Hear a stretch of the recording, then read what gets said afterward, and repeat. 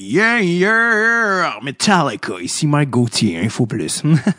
J'espère que vous allez bien, les amis. J'aime vous rappeler, si jamais, parce que ça se peut qu'il en reste plus à ce stade-ci, j'enregistre le message une couple de semaines d'avance, c'est votre dernière chance de vous procurer votre billet pour la 200e de Dread sur le Tape. Oui, les amis, ça arrive le 15 février 2024 au House Gang Plaza sur Montréal. Les billets s'envolent comme des vrais petits pains chauds. Et avec l'invité, peut-être que par ce temps-ci, l'invité est annoncé. Who knows? Je sais pas, j'enregistre l'émission d'avance. Et au moment où je parle, il reste quelques billets. Dépêchez-vous, il va même avoir des anciens invités dans la salle qui vont être là. Vous allez savoir les reconnaître, leur jaser, acheter une petite merch sur le tape, un petit encan de trucs sur le tape signé par un invité passé. Who knows? Et surtout, jaser avec Chucky Pellerino et moi-même. On va être sur place après l'épisode pour vous jaser de tout ce que vous voulez. On est là prendre un verre, rencontrer tous les gens qui écoutent ce tape, qui vous soyez, où vous soyez, c'est tellement un rapport proche d'intimité, de proximité que le podcast, et ironiquement, on se voit très rarement, et ou pas, mais on a ce sentiment d'être dans la même pièce, de jaser ensemble.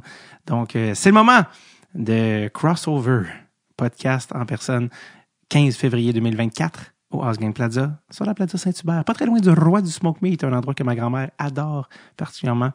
Et ça se passe 8h, 7h, les portes ouvrent. Donc, allez chercher votre billet, Instagram, Facebook ou le point de vente, qui est le site.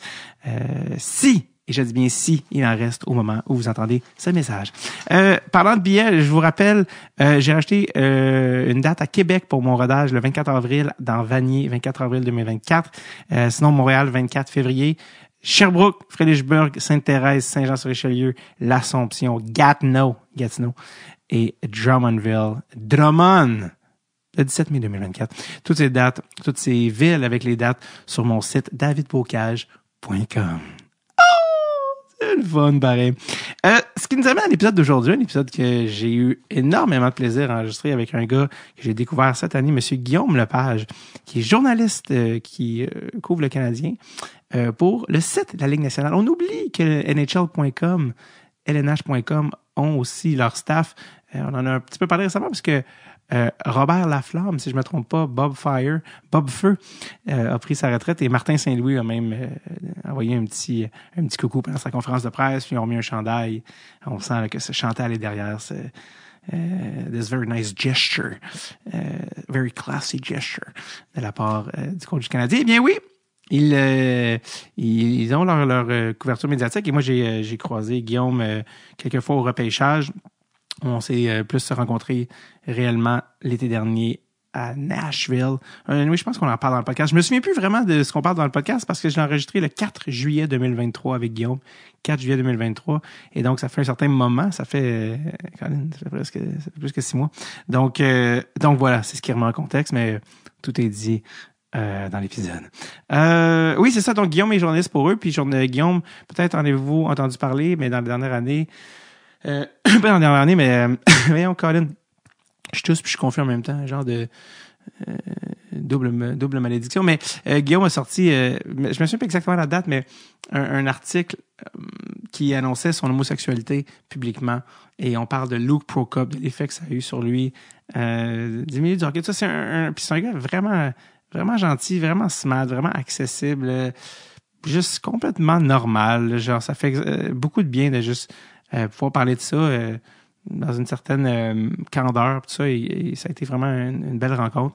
Donc voilà, je pense que j'ai rien à rajouter. Des fois, je m'emporte, je peux faire trop long, tout ça. J'essaie de regarder ça chaud, je vais dire, David, t'es quand même à 4 minutes. Je comprends, mais regarde. Alors, voilà. Voici mon entretien enregistré le 4 juillet 2023 avec Monsieur Guillaume Lepage.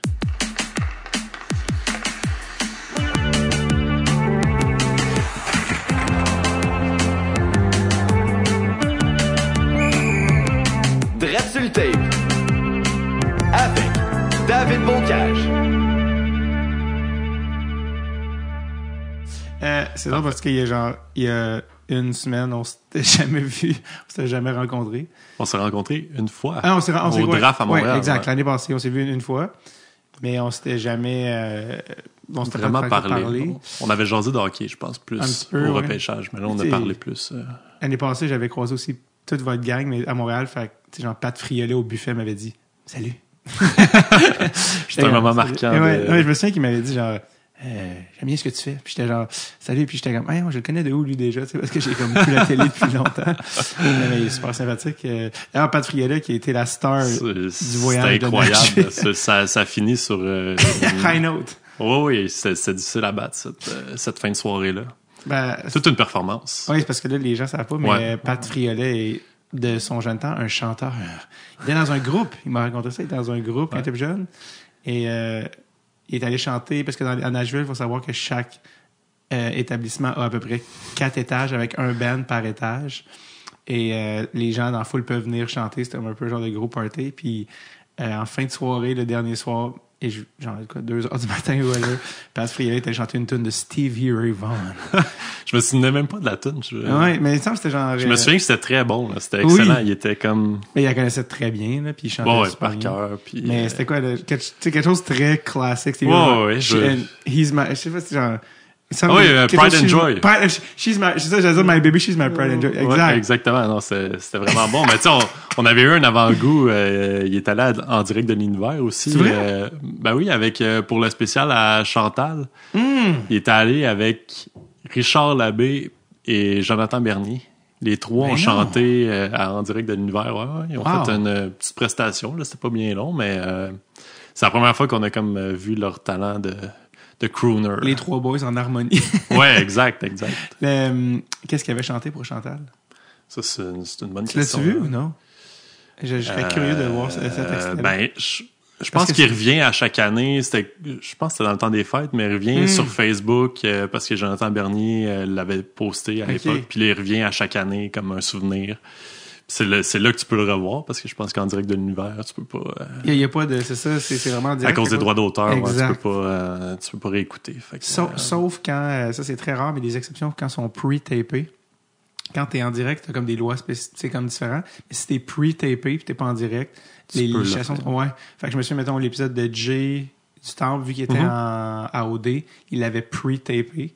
Fait que là, au niveau des droits d'auteur, il était sur le site de Radio-Can. C'est comme il tombe d'une catégorie différente. Okay. Mais c'est pour ça que la raison pour laquelle ils sont capables de faire le show, c'est qu'en direct, c'est du direct, fait que les droits d'auteur, c'est pas genre, ça prend pas tout le budget. Fait que tu peux faire venir genre de chanteur de Twisted Sister pour un 4 minutes pour Isabelle Boulay. Mais tu sais, pour dire, Pat Friolet, la légende. Ouais. Ram. Va falloir que tu l'invites. Il est déjà venu ici? Non, il est jamais venu, mais on a full bandé. Il m'a donné son numéro, puis... Ouais, c'est un bon gars. Ouais. Il y a une belle histoire aussi. Ouais, c'est ça. C'est drôle parce que comme j'en parlais avec toi, puis t'es comme, non, c'est ça, je le côtoie depuis, ça doit faire 1 an et demi qu'il est sur le beat. En fait, depuis que Chantal est, avant, il remplaçait un peu. Ouais. Puis là, depuis que Chantal est parti, c'est lui qui est le partner à Luc Gélina. Donc, c'est à partir de ce moment-là qu'on s'est plus connus. Puis, honnêtement, c'est quand même très récent parce qu'on a fait la série Dallas-Vegas ensemble. Puis là, c'est là qu'on a plus appris à se connaître. Là. On est allé manger en tête à tête, puis tout ça. On a jasé. On est allé au bout des choses. Mais lui il était au soccer. C'est ça? Ouais, il a fait... je pense qu'il a été sur le beat de l'Impact. Okay. Impact ou CF. Oui, CF Montréal. Mais ouais, c'est ça. Avant, il était plus remplaçant sur le hockey. Maintenant, c'est temps plein. Fait que, oui, mais il me contait que plus jeune, il habitait dans le même quartier que Pierre-Houd puis Chantal. Fait qu'il gardait les enfants de Pierre-Houd et de Chantal. Ah oui? Les enfants. La fille de Pierre-Houd, je pense. Mais en tout cas, la fille de Pierre-Houd, on dirait que je suis plus sûr, mais il a gardé les enfants Chantal avant d'être journaliste, avant de connaître Chantal avant. Okay. Puis lui, c'est un gros sportif. Puis il me disait que Chantal revenait, puis lui arrivait avec les kids, puis je pense que d'avant, les gardiens ou gardiennes, ils s'assoyaient devant la TV puis ils attendaient. Lui, il arrivait puis il pognait les 2 boys à Chantal qui allaient jouer au hockey dans la rue puis il a dit « Hey, je sais pas qu'est-ce que c'est, mais quand tu viens, il dort, mon gars.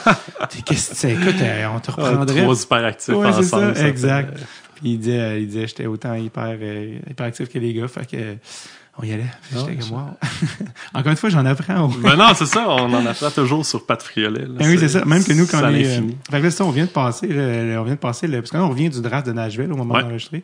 Puis on vient de passer comme 5 jours ensemble. Même quand on est parti à l'aéroport, on s'est rendu compte qu'on était. Ben oui. En même temps, on a déjeuné ensemble. Exact. Et bref, tout ça pour dire, mais Nashville, d'ailleurs, toi, t'es arrivé plus tôt à Nashville.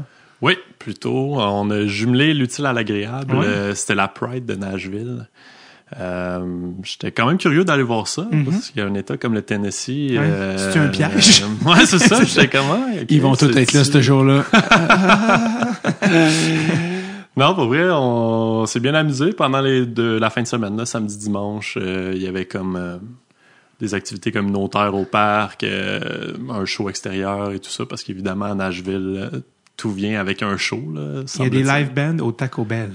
Et des live bands à l'aéroport. À l'aéroport également. On a réalisé ça aussi. Il y en avait plus qu'un.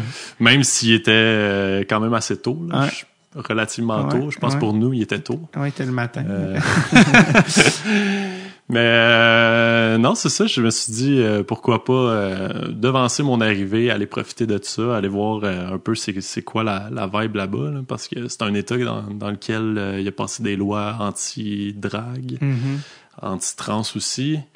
Donc, c'était quand même plus revendicateur, j'ai l'impression, que, mettons, la Pride à Montréal, qui est plus une célébration. Là-bas, c'était vraiment plus comme politique, parce que... Puis comment c'était quoi la vibe, finalement, quand t'es arrivé? Finalement, c'était... Tu sais, j'ai remarqué quand même que c'était sous haute surveillance, là. Au parc extérieur, il y avait comme des chars anti-émeutes, des gros chars, je sais pas si c'était blindé, là, je connais pas ça. Mais tu sais, c'est pas vraiment surprenant, là. Je suis allé à un show de drague à Vegas pendant les séries. Puis il y avait un genre de soldat armé à la porte, là, mais vraiment comme avec sa veste pare-balles et tout ça. Là. Et un gun. Et un gun à l'entrée de la salle de spectacle pour un spectacle de drague. Là. Fait qu'on s'entend qu'on est rendu assez... c'est... Quand tu vois ça, honnêtement, je m'y attendais parce que le climat aux États-Unis est quand même assez tendu. Mais tu sais, de le voir, t'es comme, OK, tu sais, c'est pas... on est correct au Québec, genre ça se passe relativement bien, mais quand tu regardes ailleurs, qui est pas si loin, là, on parle pas de pays lointains, c'est plus difficile. Fait que, tu sais, de voir ça au moins, mais ça permet de relativiser les choses puis de dire que, bon, il y a encore des combats qui sont pas gagnés. Tu te sentais en sécurité? Étais-tu un peu inquiet? Oui, honnêtement, tu y penses plus vraiment après. Là. Tu sais, je me souviens quand le taxi m'a débarqué au parc à Nashville, il y avait un gars qui offrait des tests gratuits pour savoir si on allait au paradis. C'est marqué free test. En tout cas, je me souviens plus comment il avait formulé ça, mais c'était vraiment comme... Le gars, il avait un micro, là, un peu comme le gars au coin Sainte-Catherine, McGill, là, centre-ville, là, qui preach à longueur de journée avec son micro et tout ça. Puis il offrait des tests gratuits. Je l'ai pas fait, mais j'aurais été curieux de savoir si... Mais lui, c'était-tu comme un chrétien? Ouais, probablement. Mais... Il se faisait accueillir par des doigts d'honneur, surtout. Là. Oui, c'est ça que j'allais dire. Lui, il était pas là en me disant comme, oui, vous allez quand même au paradis. Non, je pense pas. Je l'ai pas fait, mais je devinais que c'était pas pour nous dire qu'on allait au paradis. Là. C'était pour nous faire peur, je pense. OK. Fait que, non, quand même, drôle de vibe, mais à l'intérieur, pour vrai, c'était super accueillant. Il y a plein d'organismes et tout ça qui jasaient avec les gens puis qui distribuaient des... Qu'est-ce qui se passe dans une Pride? C'est quoi les... Ben, tu sais, t'as tout l'aspect communautaire. Moi, j'ai pas tant d'expérience. J'ai une Pride à Montréal et une Pride à Nashville à mon actif, là. Mais, tu sais, de ce que je comprends, c'est que t'as des journées communautaires où les organismes sont dans la rue puis font de la sensibilisation avec les gens qui viennent assister à ça. T'as évidemment le défilé quand l'organisation pense à engager des bénévoles. Là. Je sais pas si tu te souviens, l'été passé à Montréal, le défilé avait été annulé. Oui, il n'y avait pas assez de bénévoles. À comme 1 heure d'avis parce qu'il n'y avait pas assez de bénévoles. On n'avait pas pensé à tu peux pas embaucher des bénévoles, mais en tout cas, recruter des bénévoles. Fait qu'il y a le défilé, il y a des activités communautaires, puis évidemment, il y a des parties en soirée là, qui sont parties DJ set, tout ce que tu veux. Là, différents types de parties. Là, comme à Nashville, une soirée, j'ai fait deux parties. Un qui était plus vraiment musique techno assez déchaînée. Puis après ça, tu t'en vas dans un party qui est... Ça s'appelait QDP. Puis c'était vraiment, tu sais, beaucoup de filles, beaucoup de gars, tout le monde mixé ensemble, de la musique pop, comme un bar normal, en fait. Là. OK. Puis, c'est ça.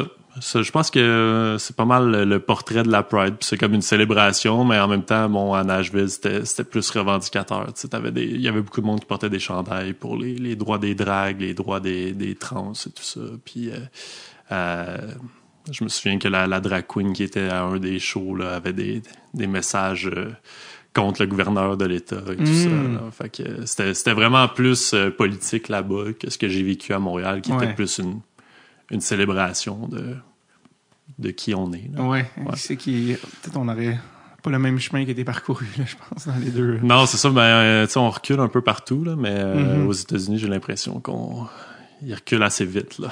Mais c'est quoi, il y a une couple d'années, c'était en Floride, là, dans un bar, il n'y avait pas eu un fusillade? Fusillade, il y en a eu l'année passée, juste après la finale de la Coupe Stanley au Colorado, pas trop loin de Denver. Il y avait eu aussi une fusillade dans un bar. Gay. Ouais. Puis c'est en raison de... Parce que le tireur a décidé de prendre pour cible des gens qui étaient dans un bar gay parce que c'était contre ses valeurs, j'imagine. Il y en a de même que tu me dis celle-là, puis j'étais même pas au courant. C'est le fait qu'on perd le compte des tueries, t'es comme... Ouais, c'est ça. Ben, aux États-Unis, il y en a une à chaque jour, là. Plus qu'une à chaque jour, mais quand ça vise la communauté et que c'est un crime haineux, ben... Moi, je suis peut-être plus que probablement que mes algorithmes me montrent plus ça, là, mais non, on en va passer une fois de temps en temps. Parce que c'est ça, toi, dans le fond, là, on est à l'été 2023. Donc, c'était il y a 1 an, à l'été 2022, que tu as sorti ton article sur... Parce que là, ça, on n'a pas dit, mais tu travailles pour NHL.com. Ouais, c'est ça. Revenons à la c'est ça. Parce que ça, toi, dans le fond, ça fait combien de temps que tu travailles pour le site d'Agnesal? 7 ans. 7 ans et quelques mois. Comme journaliste? Comme journaliste, ouais. J'ai commencé janvier 2017. Fait que ça fait 7 ans ou 6 ans, en tout cas. 6 ans, 6 ans et quelques mois. Là. Je suis dans ma 7e année. Exact. Puis avant ça, tu étais... À la presse canadienne pendant 5 ans au sport. Donc, à ce moment-là, j'ai touché vraiment à tout. Là. J'ai fait de la F1, j'ai fait l'Impact, j'ai fait les Alouettes, j'ai fait la Coupe Rogers. Fait que avant vraiment de m'en aller... Hockey. Que dans le hockey avec LNH.com. Puis l'été 2022, tu as sorti un article qui s'intitulait Pourquoi j'ai attendu 10 ans. Ouais. C'est ça, c'était quoi? Avant de sortir du placard. Exactement. Ouais. Puis ça.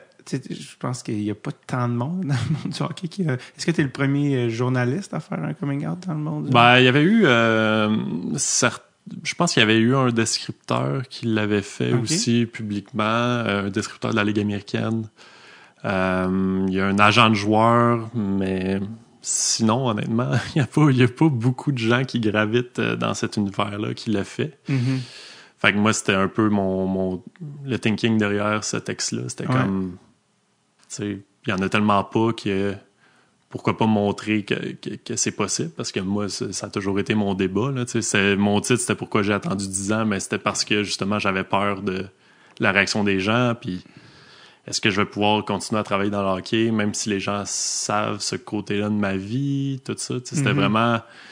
ça faisait partie de ma réflexion. Fait qu'à l'été 2021, j'ai fait mon coming out personnellement. Famille, amis, collègues proches. Puis été 2022, j'ai dit allons-y publiquement, at large, parce que d'un côté, oui, je voulais influencer, mettons, ne serait-ce qu'une personne à le faire, une personne passionnée de hockey qui aurait dit hey, moi je veux travailler dans le hockey, mais je sais pas si c'est possible, si je vais être accepté. J'étais comme pourquoi pas le faire pour influencer cette personne-là, mais pour moi aussi, il y a eu l'aspect que avant, c'était quelques collègues qui savaient. Puis tu sais, même en cours de saison, tu sais, je l'avais dit, mettons, à Jean-François Chaumont, Guillaume Lefrançois, Robert Laflamme, mon collègue. C'était vraiment comme les 3 premiers à qui je l'ai dit parce que c'est les 3 de qui je suis le plus proche. Puis j'avais dit à Jean-François, qui est comme le papa de la gang, j'avais dit, tu sais, pas besoin d'appeler le monde, mais comme si ça vient sur ce sujet, je sais pas comment ça viendrait sur ce sujet, mais en tout cas, j'étais comme, tu sais, tu peux... Si tu demandes des nouvelles de moi, ben tu peux le dire. Là. Je ne tente pas de faire 26 coming out non plus. Puis en cours de saison, je me suis rendu compte que des collègues quand même proches, comme Alexandre Gascon, comme Jonathan Bernier, étaient pas vraiment au courant. Fait que, tu sais, pour moi, ça a eu l'effet aussi que, bon, je le fais publiquement, puis là, tout le monde, tu sais, je pars avec la prémisse que tout le monde le sait, tu sais, puis que j'ai plus à compartimenter. OK, lui, il sait. Lui, il sait pas. Fait que pour moi, ça a eu cet effet-là aussi. Parce que tu parlais de l'été 2021 quand tu as fait ton coming out privé, tu sais, ou même pas privé, mais personnel, disons. L'effet de l'annonce de Luke Prokop, qui était pour ceux qui ne savent pas, qui est un joueur sous contrat avec les Prédateurs de Nashville, un choix de, je pense, 3e ronde, qui a fait son coming out, qui est encore dans le junior, mais qui était la première fois qu'un joueur avec un contrat de la Ligue nationale faisait son coming out. On rappelle que le hockey, la Ligue nationale de hockey est le dernier sport majeur nord-américain avec aucun joueur, pas officiellement, mais ouvertement officiellement gay. Officially. Ouvertement gay de l'histoire. Et ça même des joueurs retraités. Tu sais, d'habitude, il y a des joueurs qui, dans d'autres ligues, vont entendre d'être retraités ou de pas être dans le spotlight. Hockey, il y avait sweet, fuck all, affichage. Et donc, Luke Prokop a été comme le premier.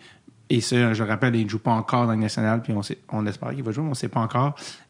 Raconte-moi l'effet que cette annonce-là a eu sur toi, puis le moment que tu as appris.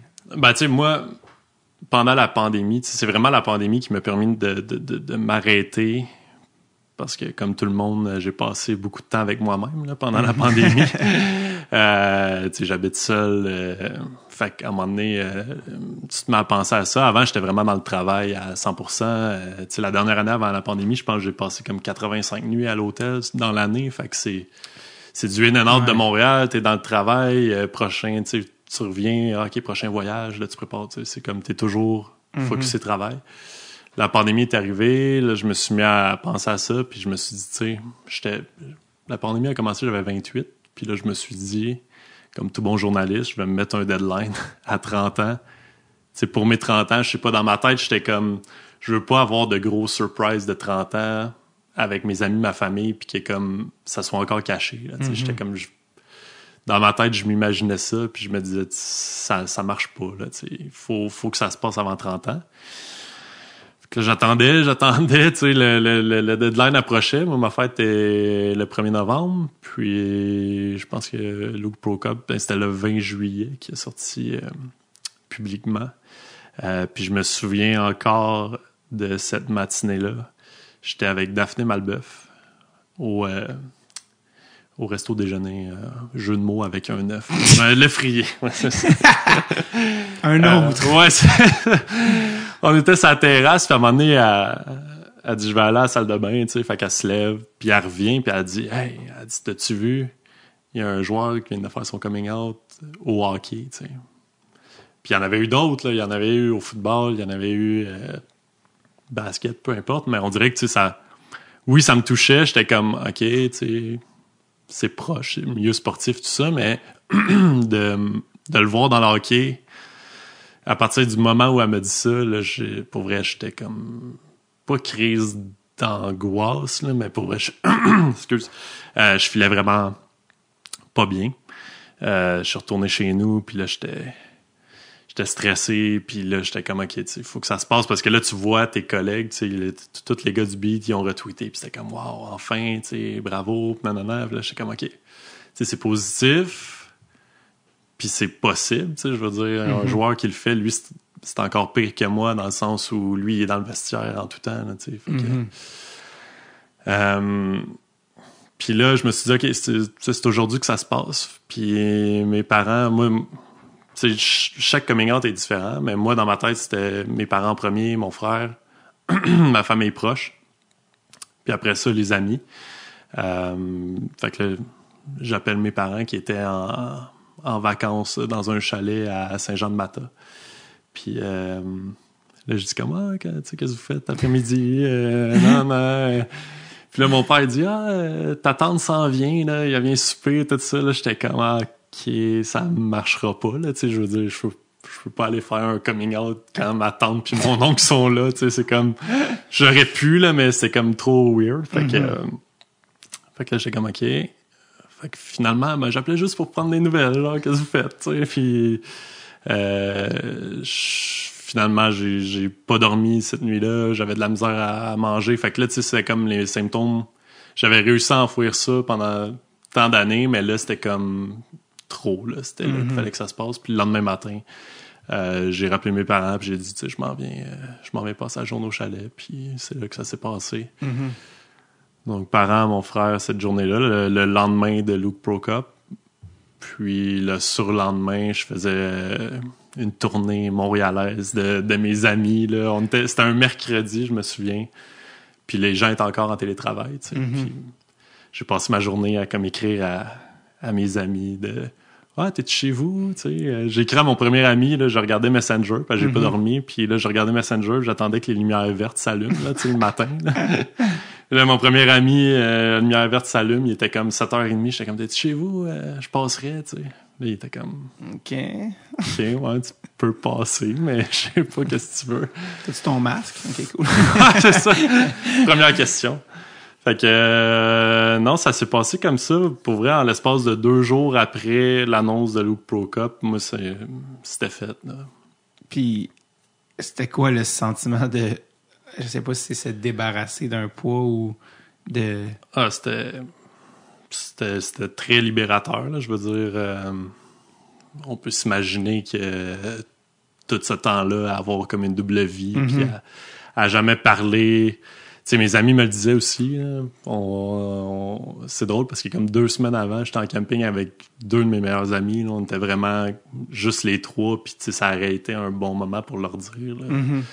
Sur une île, en plus. Ils ne pouvaient pas partir. On était au Poisson Blanc, là, sur une île. Puis, on jasait autour du feu le soir. Puis, j'ai un de mes 2 amis aussi qui est difficile d'avoir des discussions profondes avec. Là, il est un peu fermé. Puis, moi aussi, je l'étais. Puis, on avait une discussion là-dessus. Il était comme, mon autre ami était comme, tu sais, les boys, c'est dur d'aller plus profondément avec vous autres, d'avoir des discussions. Puis là, j'étais comme, ouais, c'est parce qu'il y a une couple de couches là, devant qui protège. Puis à partir de ce moment-là, ça a renforcé mes liens avec mes amis proches, là, tu sais, que c'est des amis du secondaire que je connaissais depuis 17-18 ans à ce moment-là. Ça a juste comme amené un autre niveau à notre relation parce que là, il y avait comme plus de tabou, là, tu sais, ça faisait des années que je parlais plus de relation avec mes amis parce que il était comme tu sais, il fait sa petite affaire. Moi, j'ai jamais parlé de relation avec des filles ou de dating ou quoi que ce soit. C'était comme, on parle pas de ça. Puis à partir de ce moment-là, ben, ça a comme ouvert la discussion sur plein de sujets que j'avais pas abordés avec mes amis. Fait que ça a comme vraiment renforcé ces liens-là. Là. Vous êtes comme tombé dans la vérité plus rapidement à tous les niveaux. Ben oui, puis tu sais, je veux dire, tu peux pas être plus vulnérable qu'en faisant ça. Là, mettons, je dis toujours, je sais pas si la comparaison est bonne, mais tu sais, quelqu'un qui est noir ou ça se voit, là, tu sais, je veux dire, il peut rien cacher. Fait qu'il a pas le choix de vivre avec ça puis de se faire de faire son chemin dans la vie malgré ça. Moi, j'avais le choix de le cacher, tu sais, c'est quand même entre guillemets un privilège, là, mais en tout cas, c'est comme le seul coming out que tu peux que tu te sors volontairement de la majorité pour t'amener dans une minorité, tu sais, c'est... Fait que, niveau vulnérabilité, c'est comme, tu t'exposes, là, c'est comme, OK, c'est ça qui est ça, puis à partir de ce moment, à partir de là, je fais partie d'une minorité, puis... Le côté vulnérable embarqué, on a eu vraiment des discussions, des belles discussions, tu sais, même la journée que j'ai fait mes coming out avec mes amis, tu sais, il était comme mon meilleur ami, c'était drôle parce que au même moment, il attendait son premier bébé, puis il voulait me demander d'être le parrain. Fait que moi, je suis arrivé chez eux, puis là, j'y ai dit ça, là, il est comme parti à brailler parce que pour lui, je pense que c'était aussi un poids. Pour lui, tu sais, parce qu'il sentait qu'il y avait toujours de quoi avec moi, qu'il était pas capable de... mettre le doigt, ça. Fait que pour lui, je me souviens, là, il est vraiment comme... Il s'est accoté sur ses genoux, genre, on dirait, pour lui aussi, c'était un poids. Il a comme fait, OK, tu sais, c'est ça. Puis tout de suite après, il a dit, ben, tu sais, tant t'inquiète, ici, on a de quoi à te demander, puis genre, voudrais-tu être le parrain? Fait que c'était comme le début de 2 nouvelles choses, là. Wow. Fait que c'était vraiment un beau moment, puis après ça, on a jasé, tu sais, puis toutes les questions naturelles de comme, ben, ça fait-tu longtemps que tu le sais? Est-ce que t'as eu des fréquentations? As-tu eu des, tu sais, fait il apprenait comme à découvrir un autre côté de moi aussi. Mm-hmm. Puis il faut que je le compte. Peut-être qu'elle sera pas très contente, mais Daphné Malbeuf, dans ma tournée, j'y écris. Puis je dis, tu sais, on s'était vu... Qui est une de tes bonnes amies, il faut savoir. Ouais, exact. Puis l'avant-veille, on déjeunait. Ouais. Puis là, tu sais, on se voit, mais comme aux 2-3 semaines. Là. On se voit pas comme 4 fois semaine. Mm-hmm. Puis je la texte pour dire hey, « T'es-tu chez vous? » Puis tout ça. Puis elle dit « Ouais. » Je dis « Je passerai. » tu sais. Puis elle, pendant tout ce 15 minutes-là, entre le moment où j'y ai dit que je m'en venais et le moment où je suis arrivé, elle pensait que je venais chez elle pour y faire une déclaration d'amour. Est-ce que son ego en a pris? Ouais, je sais pas si elle souhaitait vraiment, là, mais tu sais, je me souviens que je suis comme arrivé chez elle, puis pas qu'il y avait un malaise, mais tu sais, je sentais qu'elle était un peu comme nerveuse de savoir qu'est-ce que j'allais y dire, que j'allais y annoncer. Puis tu sais, elle était en couple à ce moment-là, là, je veux dire, puis je connaissais son chum. Fait que ça a été vraiment déplacé de faire ça, mais ouais, elle pensait que je venais y déclarer mon amour. Ah, c'est crampant. Imagine, elle qui est comme vraiment prête, comme moi aussi. Quoi? Ah, t'es lesbienne. Non, je pensais que t'allais dire. Calais ça. Moi aussi. J'adore que, genre, aujourd'hui. Parce que ça, quand t'as dit que t'étais avec Daphné au resto, j'étais comme, est-ce qu'elle, elle le savait, mais non. Même elle. Non. Personne ne savait. Tu sais, j'avais d'anciennes fréquentations qui étaient devenues des amis que j'avais gardé contact parce que c'était comme mes seuls repères queer à qui je pouvais parler vraiment de ces choses-là. Là, tu sais, Exact. Fait que C'était les seuls qui le savaient, d'une certaine manière. Non, c'est ça. Le reste...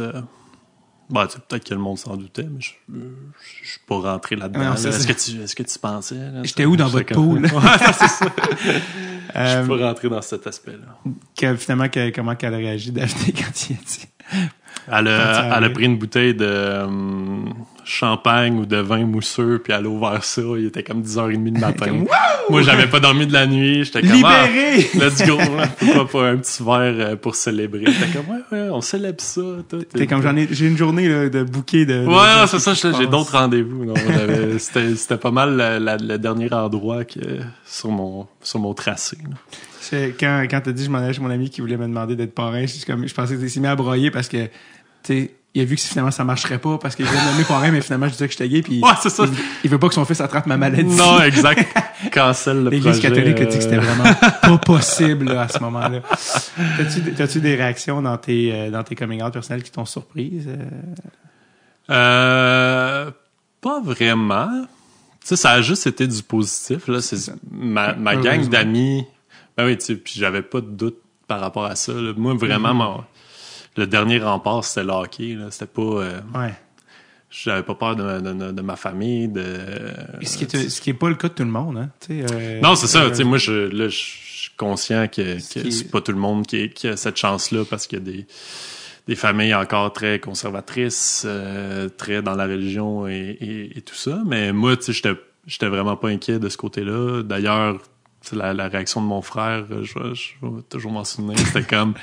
Il a dit 2 mots, puis c'était « Enfin, Chris ». Fait que j'ai dit « OK, bon, c'est pas une grosse affaire. » Parce que lui s'en doutait. Ou il y avait hâte que dans ma vie personnelle, comme quelque chose je sais pas, vrai, que je m'épanouisse plus que je l'étais. Là. Fait que ça a été sa réaction. Puis tu sais, mes amis du secondaire, là, on se connaît depuis secondaire 2, fait que j'étais comme, tu sais, rendu à ce point-ci, notre amitié, si ça pose problème, il y a de quoi qui marche pas, là, tu sais, ça aurait été vraiment bizarre, mais... Puis tes parents? Mes parents, super, super bien, tu sais, mes parents, ils travaillent, mon père, il est chargé de cours au cégep, puis ma mère a travaillé à l'UQAM pendant comme 30-35 ans, fait que, tu sais, ils sont habitués à la... Connectés. Ouais, c'est ça, sont plus connectés à la génération. 2 mots, UQAM Cégep. C'est ça. Ils sont très connectés sur la nouvelle génération puis les différentes réalités, là, tu sais. Ma mère en a vu d'autres, là. À l'UQAM, on voit de tout. Pas mal là, plus funky. Ouais, non, c'est ça. Fait que, tu sais, pour vrai, ça a été... Ça s'est fait très naturellement. Et le moment où tu t'assois, comme, faut que je vous dise de quoi. T'as vécu ce moment-là? Faut que je vous dise de quoi. C'est Ouais, puis là, tu sais, je veux dire, c'est comme le summum de ton stress. Là. Ouais, c'est ça, comme... Qu'est-ce que Finalement, comme 15-20 minutes après, c'était correct. T'es Puis tout sous. une heure après, je vais au washer avec mon père. Non, mais tu sais, c'est comme... Hey, tantôt, t'as-tu dit que t'étais gay? Ouais. Ok, non, excuse, je suis plus sûr. Je me souviens plus si on avait... et y a-tu beaucoup d'amis qui t'ont dit, ben là, on s'en doutait, on savait... J'ai pas eu ces discussions-là. C'est comme un classique de comme, mais oui, mais on savait, on entendait juste ce que tu dis. Ouais, c'est ça, je sais pas, mais tu sais... Les gens gardent une gêne aussi. T'sais. Ouais, peut-être aussi. Puis je l'ai tellement caché en me... Tu sais, j'étais le gars sportif qui était dans le hockey et tout ça, que... Tu sais, peut-être qu'il y avait une petite ambiguïté. Tu sais, j'entretenais une petite ambiguïté de ce côté-là. Là. Fait que non, j'ai pas eu ces discussions-là, puis... Est-ce que tu utilisais le terme blonde et fille au lieu de... Est-ce que tu as été... Non, pas en tout. Zéro pis une barre. On avait... Ça fait longtemps que mes amis me parlaient plus de ça, parce que probablement qu'ils sentaient un malaise ou... Parce que j'en ai un ami qui est gay qui est pendant... longtemps, ouais, il transformait ses... blonde, tu sais, je suis comme... de quoi il parle? J'étais comme... Puis plus tard, j'aurais dit, OK, il camouflait, tu sais. Au début, j'étais comme... Je suis comme... En tout cas, mais bref, c'est pour ça que j'étais comme le vieux garçon de 30 ans là, qui avait jamais rien vécu de sa vie et tout ça. Puis à quoi ça ressemble, genre ta vingtaine, l'université, puis... Tu sais, parce qu'en fond, la question se pose à savoir, tu savais que t'étais gay depuis longtemps, ou... Ouais, moi, dès la puberté, là, dès l'adolescence, c'était quand même assez clair, mais là, tu sais, il y a tout le processus de... Ah non, ça doit pas être ça, tu sais, ça doit être juste... non. C'est juste passager. Maudite phase.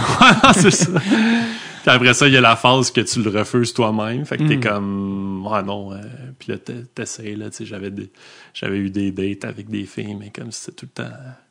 Je pense que le plus de dates que j'ai eu avec la même fille, c'était comme 2, puis... À la fin de la deuxième date, j'étais comme, OK, bye, là. C'était bon le resto, hein, bye. Question qu'on se retrouve pas comme dans l'intimité. Ouais, je sais pas, j'avais pas le goût de me servir de quelqu'un non plus, là. Tu sais, je sais qu'il y en a peut-être qui explorent, mettons, ce côté-là en se disant, tu sais, peut-être que ça va marcher. Ouais, mais forcé. Moi, on dirait que je savais que ça marcherait juste pas, là. C'est comme... J'aurais fait ça pour faire à croire, puis en même temps, tu fais mal à l'autre personne parce que tu sais qu'ultimement, ça marchera pas. Là. Fait que je coupais tout le temps ça assez court quand on me proposait. Parce que, tu sais, je sais pas si t'es familier avec l'échelle de Kinsey. Tu sais, c'est comme l'échelle qui dit que t'as certains niveaux de queeritude. Et d'orientation sexuelle. Ouais, c'est ça. Je veux pas dire n'importe quoi, mais je pense un étant comme complètement hétérosexuel, puis 6 étant complètement homosexuel. Il y a des gens qui datent l'un ou l'autre, puis sont pas nécessairement malheureux, mais ils sont comme, c'est pas exactement ça. Fait qu'il était pas à l'extrême de l'échelle. Alors que toi, tu dis, non, comme j'aurais pas pu coucher avec une fille. Là, comme... Bon, peut-être que j'aurais pu. Faut se forcer. C'est ça, c'est comme... tu vois ma volonté à faire ça. Non, je suis pas prêt à dire que je ferais pas pu. Même là-dedans, je veux pas être poche. J'aurais peut-être pu, mais... Juste lui qui est dans le miroir des toilettes. Ah ouais! Non, j'arrive! Non. Comment j'entends puncher dans le mur? Qu'est-ce que c'est ça? Pourquoi tu criais t'es pas gay dans le miroir? Ça n'a pas rapport. C'est une superstition. Fait que ta vingtaine, dans le fond, tu disais j'ai eu des fréquentations. Ça veut dire que t'as quand même été t'as quand même été dans les bars gays ou t'as comme... Non, ça c'était... Ok, ça c'était quand même... moi, honnêtement, tu sais, quand je regarde ça avec du recul, je suis comme, ok, là, c'était comme à l'extrême, là, tu sais, je voulais tellement pas que ça se sache que... Tu sais, mettons, si je datais ou j'étais comme, viens prendre un verre chez nous, tu sais, mais il y avait aucune... C'était pas possible pour moi d'aller au bar avec quelqu'un que j'aurais rencontré sur les réseaux gays ou peu importe. Arrivé au bar, puis là, j'étais comme, OK, mais là, si je suis au bar avec cette personne-là, puis que là, je connais quelqu'un dans la place, puis qu'elle me demande c'est qui, tu sais. Fait que là, tu sais, tu creuses, puis là, t'es comme, ben là, ils vont se douter, mais tu sais, je veux dire, nous deux, on pourrait être assis au bar, puis toi, t'aurais pas cette réflexion-là de dire, ben là, ils vont penser que, tu sais, je suis avec un gars qui est gay, fait qu'ils vont penser, non, mais c'est comme, quand tu y penses avec du recul, t'es comme, c'est tellement cave, dans le fond, tu sais, t'aurais quand même pu, mais moi, c'était tout le temps chez la personne ou chez moi, puis comme on prenait pas la chance de... Ouais. Il y a quelques fois que j'ai pris la chance, parce qu'il y a un certain point, mettons, autour de 26, là, que j'étais comme, tu sais, à la limite, je me fais pogner, entre guillemets, puis je vais faire comme, ouais, c'est ça. Okay, j'étais comme prêt à... Une autre phase, mettons. Là. Ouais, c'est ça, je l'avais accepté, puis j'étais comme, OK, faut juste que je trouve le courage de le dire, mais j'étais comme, ce serait peut-être plus facile si genre, c'était provoqué. Ouais. Fait que j'étais prêt à... j'étais prêt à m'exposer un peu plus, mais encore là, c'était pas... je m'exposais pas... à 100%. Là, c'était comme, je vais accepter d'aller prendre un verre un mardi soir dans un bar obscur que je sais qu'il n'y aura pas grand monde là. Au West Island, dans le West Island. Ouais, c'est ça, vraiment loin de Schlaga pis de tout ça. Puis tu sais, c'est drôle parce que depuis mon coming out, c'est arrivé comme 2-3 fois que je me suis assis à un bar puis là, mes amis rentrent pis je suis comme à l'espace public, pour pas nommer le repère des gens de Schlaga, là, je suis comme, c'est sûr que je vais voir du monde que je connais là. C'était marrant. Ça m'est arrivé souvent de voir des amis en date, puis ça m'est arrivé souvent de date en date de voir l'ami rentrer, puis dans les deux cas, ça me rend tout le temps aussi heureux. Yes! Oui! Mais non, je veux dire, les gars en question, pour que tes rencontres, t'allais sur des applications? Ouais, c'était vraiment juste ces applications. Puis comme je te dis, ben, tu sais, il y a Grindr que t'es pas obligé d'avoir une photo. Fait que là, j'avais comme un profil noir. Ah ouais, parce que Grindr... OK, parce que ça, j'allais dire, comme si ta photo... mystérieux. OK, parce que j'allais dire, quand t'es sur une app, genre avec l'application, ça veut dire que plein de monde peuvent savoir que t'es gay, mais là, non, t'as une... Ouais, là, j'avais pas de photo sur cette application-là parce que... Je sais pas si vous êtes familier avec ça, mais en tout cas, c'est que ça marche pas comme Tinder. C'est comme vraiment selon la proximité. OK, c'est très géographique. Ouais, puis c'est très... ouais, c'est ça, c'est très... mettons qu'on est en ce moment, là, si t'étais sur l'application, puis moi aussi, ben là, je verrais ta photo, David, est à genre 2 mètres de toi. Genre. Fait que si je suis au bar, puis qu'il y a d'autres monde sur l'application, ils voient ma photo, tu sais... Ils peuvent venir m'aborder puis tout ça. Okay. Fait que c'est pour ça là, je prenais pas la chance de... Tu sais, mettons, je vais avec des amis, puis là, quelqu'un me voit sur l'application, puis vient m'aborder en disant « Hey, je viens de te voir », tu sais ça. Fait que je prenais pas cette chance-là. Mais sur Tinder, j'avais quand même mes photos. Ben, je me disais... Je sais pas pourquoi, en fait, j'ai différencié, mais tu sais, l'aspect proximité, là, surtout sur Grindr. Parce que Grindr, c'est plus, genre, axé sur...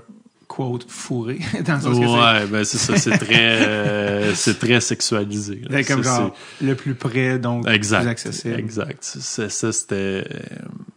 C'est la différence, je pense, avec Tinder puis les autres réseaux là. Tu sais, à peu près, on a les mêmes réseaux que les gens hétéros. C'est juste que tu peux rechercher par homme recherche homme. Mais t'as jamais non plus été sur des applications du côté hétéro. T'as jamais comme fait... Où tu l'as-tu fait? Ben, un peu, tu sais, mais... Quand t'étais ton personnage. Ouais, c'est ça, quand j'étais mon alter ego hétérosexuel. Guillaume!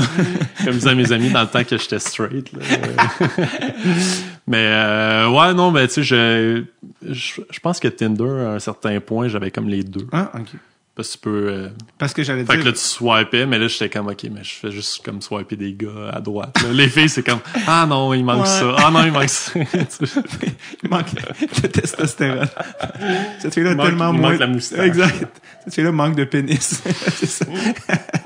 Mais est-ce que... Non, je te demandais parce que j'allais dire, est-ce que tu sentais... mais tu sais, je pense pas que tu t'es rendu assez loin dans les filles, mais j'allais dire, dans le ton puis dans, entre guillemets, la game... En quoi c'était différent, genre, les filles, les gars, tu sais? Ben, je peux pas, mais tu sais, je compare avec mes les amis, là, ouais. tu sais, les histoires que je connais, là, puis tu sais, les gars, c'est pas mal plus direct, là. Ouais. Mes amis sont toujours un peu impressionnés à quel point ça peut, comme, aller vite, là. C'est juste comme, non, mais tu sais, je veux dire, il y a toujours des hormones, là. On est des gars, fait que je veux dire... Puis là, ils sont comme, hey, c'est tellement facile, vous autres. Là. Mais, ouais. Puis, tu sais, en même temps, c'est comme, oui, OK, on peut voir ça comme un aspect positif, mais tu sais, c'est un monde qui est tellement sexualisé, qui est tellement comme, on passe au prochain, là, tu sais, c'est comme... un peu fast food. Ouais, exact. Tu rencontres, puis tu sais, on dirait que le choix est infini, là, fait que là, après ça, t'essayes de te caser, tu sais, comme, je cherche un peu plus de sérieux en ce moment, mais comme, c'est dur parce que les gars sont... Il y a toujours une meilleure option jusqu'à temps que cette option-là devienne, puis que tu passes au suivant, là, tu sais. C'est un peu malsain, ce côté-là du milieu homosexuel, là, mais it is what it is. Parce que, tu sais, j'ai l'impression, puis j'ai quand même lu là-dessus, puis on est tellement... Pendant tellement d'années, on s'empêche d'être nous puis de vivre nos expériences à fond que une fois qu'on est out, tout ça, c'est comme, hey, je rattrape le temps perdu, puis comme all-in, puis ils appellent ça la queer adolescence. Ouais. Fait que, tu sais, mettons, les quelques années après ton coming out, c'est comme si tu vivais ton adolescence. T'sais, moi, je l'ai 100%. Comme vécu un peu, là, parce que j'étais jamais allé dans un bar gay, puis là, je me suis comme construit un petit cercle social queer. Puis on sortait, puis là, mes amis, tu sais, commencent à avoir des enfants, puis ils déménagent en banlieue, puis moi, je suis comme, vendredi, samedi, j'étais sur le party, puis tu sais, mes parents, ils savent, là, des fois, j'arrive le dimanche au brunch à la maison, puis j'ai mon Gatorade, puis comme on faisait quand on avait 18, 19, 20 ans, mais là, c'est comme un peu plus âgé, mais tu sais, j'adore ça. Mais je le remarque aussi, on dirait, plus le coming out est tard. Parce que, tu sais, toi, tu l'as fait avant 30 ans, mais j'en ai vu dans quarantaine. Puis, c'est comme si c'est un slingshot que tu tires, puis plus longtemps tu le tires, quand tu lâches, après ça snap. À un point où t'es comme, OK, c'est parce qu'il y a tellement de trucs à rattraper. Tu sais, c'est drôle que tu me parles de ça, parce que hier soir, je parlais à une fille que sa sœur est lesbienne, puis évidemment, ça a été su assez rapidement, mais au cégep, justement, dans les moments où elle découvrait ça, puis elle vivait ça, elle se tenait juste avec des filles lesbiennes. Puis sa sœur, qui est pas lesbienne, son père était comme, mais voyons, ta sœur, elle a juste... Toi, tu tiens-tu juste avec des lesbiennes? Mais tu sais, justement, elle se tenait qu'avec des amis parce qu'elle était... elle était dans sa vraie adolescence. C'est ce que ça donnait à être en même temps son coming out à elle. Mais je fais comme... c'est drôle que c'est pas nécessairement une question d'âge. Tu le vis à cet âge-là, non, mais tu le vis plus tard parce que c'est comme un... C'est plus que juste une question d'âge, c'est comme une question presque identitaire. Ouais, puis c'est pas... tu sais, c'est pas juste au niveau party, sexualité, tout ça, mais je le remarque, mettons, au niveau relationnel. Tu sais, moi, mes premières expériences de relations comme plus sérieuses, je les vis à 30-31. Tu sais, mettons, j'ai eu une fréquentation l'été dernier, puis c'était comme, OK, comment j'agis, là? T'sais, à quel moment faut que je démontre que comme je suis intéressé. Puis là, tu sais, ça finit parce que j'étais juste trop dans ma tête. Mais tu sais, c'est comme... C'est les mêmes expériences que t'as probablement vécues à 15, 16, 17 ans, que tu savais pas trop comment ça marchait. Mais là, moi, c'est comme... Je commence à les vivre. Fait que tu sais, je suis comme vraiment en retard sur mes amis. Ben, tu sais. Ouais, en même temps, j'aime pas ça dire ça parce que... Non, moi non plus, j'aime pas ça dire ça, mais comme je le vis plus tard que mes amis. Tu penses à des gens qui ont jamais fait leur coming out. Ouais, c'est ça. Eux, c'est comme... la bouteille va sauter. Mais je comprends ce que tu veux dire dans ce sens-là. Mais ça, je trouvais ça intéressant quand tu parlais de relations, de la difficulté de relations sérieuses. On dirait que le running gag dans les relations hétéro, les gars veulent pas s'engager. Puis tu sais, me dire que deux gars ensemble sont comme ça fait. See you later! Mais ouais, c'est ça que c'est plus dur de settle down. Genre, je trouve ça vraiment intéressant quand même, cette affaire. Ouais, puis, mais tu sais, c'est possible aussi, là. Je connais des couples d'amis, là, que j'ai un ami qui habite en banlieue, il a sa maison, il a ses chiens avec son chum. Mm-hmm. Tu sais, c'est possible. Mais c'est toute une question de timing. Là, est-ce que ça fait longtemps qu'il est sorti d'une relation? Est-ce qu'il a le goût de s'engager à ce moment-là? Est-ce que ça revient toujours pas mal la même chose? Puis c'est comme devenu un running gag. Là. On le sait, là, mettons, quand la personne... Ah, tu sais, t'es bien sweet, t'es bien correct, mais comme moi, je suis pas... Je suis comme, OK, tu sais, un autre que ça a pas fonctionné parce que le timing est pas... est pas idéal. Fait que j'ai comme l'impression qu'il faut que tout tombe en place. Ouais. Je garde espoir. Mais oui, t'es dans fleur de l'âge. T'es dans fleur de l'âge. Ouais, la fleur de l'âge. Ouais, encore, première portion de la trentaine. C'est quand même... oui, c'est ça. T'es gay depuis 15 minutes. Ça compte pas. Donne-toi une chance. Mais tu parlais tantôt, tu disais, je l'ai su dès la puberté. Un enfant qu'on a parlé quand t'es à l'aéroport, t'as joué au hockey. T'as joué au hockey mineur. T'étais d'ailleurs gardien de but. Oui, gardien de but. Ton idole étant José Théodore. Ouais, à l'époque. Mais tous les gardiens du Canadien ont été mes idoles à un certain point, mais jusqu'à José Théodore, que je pense que c'était peut-être l'âge à laquelle t'arrêtes un peu. Ben, peut-être pas tant que ça. J'étais encore assez jeune là, quand Théo jouait à Montréal. C'était quoi, 2000? Sa grosse année, c'est 2002. 2002, fait que j'avais comme 11-12 ans. Pas mal ça. Après ça, ben, il y a eu Cristobal Huet, que j'ai eu les mêmes pads que lui. Les Reebok rouge et bleu. Ouais. Et c'est drôle parce qu'on disait que comme à quel point le Canadien était vraiment, même quand c'était Andy Moog. Ouais, Andy Moog. Ça a commencé, c'était Andy Moog. Comme quand j'ai eu connaissance c'était Andy Moog, Jeff Hackett, je pense, le duo devant le filet du Canadien. Fait que, c'est des années très difficiles. Pour les gens qui nous écoutent, là, c'était des années noires. C'était l'époque post-Patrick Roy. Ouais, non, c'était pas... Mais ça pour dire, ce que je voulais dire par rapport à ça, ton hockey mineur, c'est que tu as joué quand même de jeune à... Ouais, j'ai joué de 4 à 19. Exact, tu sais. Puis c'est quand même un monde, le hockey. Puis ça s'étend au hockey mineur, puis les coachs, puis le ton. Comment est-ce... Parce que, tu sais, évidemment, tu as fait ton coming out vraiment plus tard, mais comment tu te sentais d'enfant à adolescent à adulte dans ce monde-là? Ben, je pense que plus ça avançait, moins j'étais à l'aise. Là, je veux dire, rendu puis oui, Bantam, c'est là que les... Puis tu sais, ça coïncide à peut-être secondaire 1, 2, 3. Là. Ouais. Tu sais, quand il commence à avoir des parties, des petites filles dans le portrait, puis puis là, t'es au hockey, puis là, ça parle du party du samedi soir, puis là, tel gars, il a frenché telle fille, puis puis... Mais tu sais, moi, j'ai toujours été un peu plus low profile, là, tu sais, j'étais pas le gars qui parlait anyway, là, puis je suis quand même un bon public, fait que j'écoutais puis je riais, là, c'était pas mal mon rôle dans une équipe de hockey, là, j'étais pas celui qui animait le spectacle, j'étais un gardien, peut-être un peu plus bizarre dans son coin, tu sais. Ah, les gardiens sont tous gays. C'est ça qui cache tout. Mais, ouais, c'est ça, c'est à un certain point, ça devient un peu malaisant, parce que t'as pas d'histoire à raconter. Puis, c'est la même chose que je vivais dans ma vie personnelle aussi avec mes amis à la cafétéria, qui se font des blondes, puis tout ça, puis tout est... Ouais, OK, t'écoutes les histoires, mais tu t'en as jamais à raconter, puis tu te sens de moins en moins à ta place, mais en même temps, pour moi, c'était comme un bouclier, un peu, d'être dans le hockey, d'être le gars sportif, tout ça... Tu sais, parce qu'il y en avait au secondaire que on se doutait, mettons, tu sais, ils se tenaient juste avec des filles, puis là, on était comme, OK, il doit être gay, puis là, il y avait comme des moqueries à leur sujet, puis tout ça, mais moi, il n'y en avait pas de ça, parce que, justement, j'étais le sportif, le gars dans le hockey, fait que, tu sais, j'étais vraiment... Ça me permettait, comme aussi, de me camoufler, un peu, de me fondre dans le décor. Fait que ça agit un peu comme une protection à ce moment-là.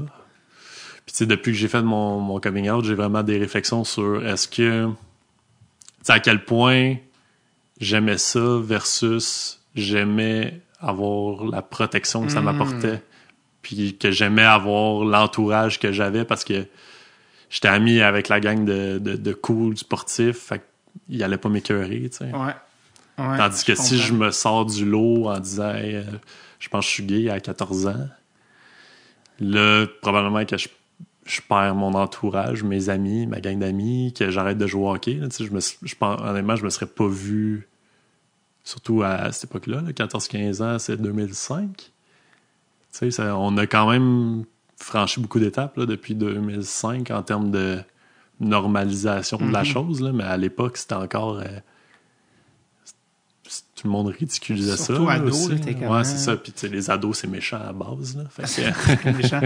Mais c'est deux affaires qui me viennent en tête. Un, je pense que tu as joué un peu deux lots, mais je sais pas si t'es arrivé au moment où, justement, là, je pense que t'as 12 ans, ou en tout cas, moi, dans mon souvenir, c'était genre tombe 2B, fait que même avant ça, mais les douches deviennent obligatoires. Mm-hmm. Il y a un moment où c'était ça. OK, là, les douches obligatoires, c'était comme... Ouais, c'était comme... Puis oui, peut-être, nous autres. Peut-être, parce que j'ai fait puis oui 2B. OK. Puis à ce moment-là, je me souviens que c'était comme, OK, là, on s'habille propre, puis quand on sort, on est propre, puis...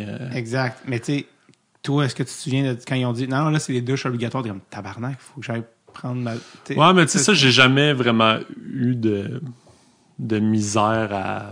C'était pas comme ça, pas un frein, ou t'étais pas comme, oh shit, OK, genre, là, ça va être confrontant. Non, c'était pas... confrontant, tu sais, je pense que je le savais, que j'étais comme, tu sais, je suis plus attiré vers les gars, là. C'est comme une réalisation aussi, là. Mm-hmm. Mais, puis j'entendais, je me souviens plus, je pense que c'est à 91.9 qu'il y avait une discussion là-dessus, puis tu sais, c'est quand même weird de dire à...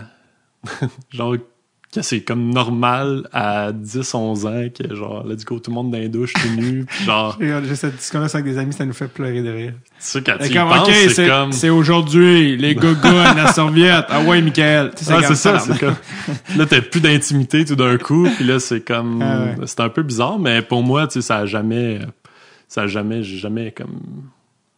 été sexualisé non, les douches dans ma tête, c'était juste comme tant mieux passage obligé puis tu fais ta petite affaire, puis... Mais tu sais, c'est quand même un moment de réalisation que tu dis, OK, tu sais, il y a quand même une attirance envers un corps d'homme versus, tu sais... Fait que c'est un peu là, quand je te disais, tu sais, puberté, tout ça, c'est un peu là que tu découvres. Ouais. Puis ça c'est venu avec ça, fait que... Mais ça t'a pas arrêté de jouer au hockey pour autant, tu sais, ou ça? Non, ça m'a pas... à un moment donné, j'ai failli arrêter, là, mais tu sais, c'était plus pour une histoire de coupure puis toutes ces affaires-là, tu sais, niveau bantam. Mais le vocabulaire, tu sais, au hockey, surtout dans ces années-là, tu sais, on a sensiblement le même âge, tu sais, c'est... L'insulte numéro 1, c'est fif, c'est tapette, c'est... En anglais, c'est faggot. Non, puis tu sais, j'ai sûrement utilisé aussi. Là. C'est ça, c'est vraiment, je parle d'une époque, là, tu sais, qui est... Mais est-ce que ça, c'est quelque chose qui te rentrait dans la tête de comment c'est... Ben, un peu, tu sais, avec mes amis. Même inconsciemment. Parce que, tu sais, mettons, mes amis, s'ils l'utilisent, là, je suis comme, tu sais, ils sont peut-être pas... Tu sais, s'ils rient du gars qui est gay dans notre année, ben, peut-être qu'ils sont pas full à l'aise avec ça. Puis, tu sais, là, ça s'est bien passé, là, à 30 ans, parce qu'on a la maturité, puis comme... Mais, tu sais, je sais pas, là, cette gang d'amis-là, je sais pas comment ils auraient réagi à 14-15 ans, là, si j'avais dit ça. Ça aurait peut-être été différent. Tout le monde, je sais pas si tu te souviens, mais tout le monde traitait tout de gay. Ah, ça, c'est gay. Ouais. Ça, c'est gay. Puis moi, j'ai vraiment... Je sais pas si ça te dit de quoi, là, mais... Là, on est à l'audio, fait que ça paraît moins bien, mais... Je vais le mimer. Il y avait un... À un moment donné, c'était comme un running gag, puis c'était comme tu demandais à quelqu'un, montre-moi tes ongles. Puis là, si tu montrais tes ongles avec tes doigts refermés vers ta main comme ça c'était masculin. Mais si tu ouvrais ta main puis tu montrais vers le haut, là, c'est comme, t'es gay. Mais tu sais, ça a aucun rapport, mais moi, Faut tuer tous les enfants qui existent. Mais je m'en souviens encore du moment parce que Genre, c'était comme montre-moi tes ongles, là. J'étais comme, Ferme ton poing. mais non, mais là, je le savais pas. Fait que j'ai juste comme, tu veux montrer tes ongles, t'ouvres ta main. Genre, je veux dire, je me regarde mes ongles. Puis là, c'est comme, t'es gay. Là, j'étais comme, non. Fuck. Cover blown. Cover Ben, tu sais, c'est tellement cave. Mais à l'époque, c'était ça, là. Oh c'était comme, c'était des affaires de même, là. Ouais, mais c'est comme des ados qui crient, t'as mal entendu, c'est parce que tu te crosses trop, coup de poing dans le dos. Moi, j'allais à une école de gars seulement, donc, évidemment, tout le meilleur ressortait. Mais j'en doute pas. c'est drôle parce que tu parlais, c'était une autre époque, puis je me suis rappelé justement ça, hier soir en parlant avec la fille que sa sœur est lesbienne. J'étais comme, man, c'est cool que ça évolue parce que je me souviens, puis ça fait déjà 10 ans de ça, fait que non, ça fait plus que 10 ans parce que c'était dans le temps où j'étais surveillant à mon école secondaire. Donc, ça fait au moins une dizaine d'années de ça. Puis, il y avait un gars en secondaire 3. Puis là, c'est juste des gars, tu sais, c'est vraiment mon gars. Puis, il y a un gars qui était déjà complètement ouvertement gay dans leur année. Puis, c'était évidemment super accepté. Puis, c'était comment lui, il est gay. Puis, ça, puis c'était en fait ce qui me faisait fucking rire, c'est que lui il était évidemment over assumé, puis évidemment ses amis c'était des filles puis tout ça, puis il y avait pas évidemment dans le sens que il y avait beaucoup d'amis filles, mais pour du point de vue des gars, c'est qu'il était comme si man, puis là lui il est plugué avec toutes les filles. Là, puis je me souviens là, je regarderais voir des gars de 15 ans aller le voir, parce que là, j'essaie de me forcer pour pas dire son nom. Tantôt, ils sont comme, là, mettons que toi, c'est Guillaume Lepage.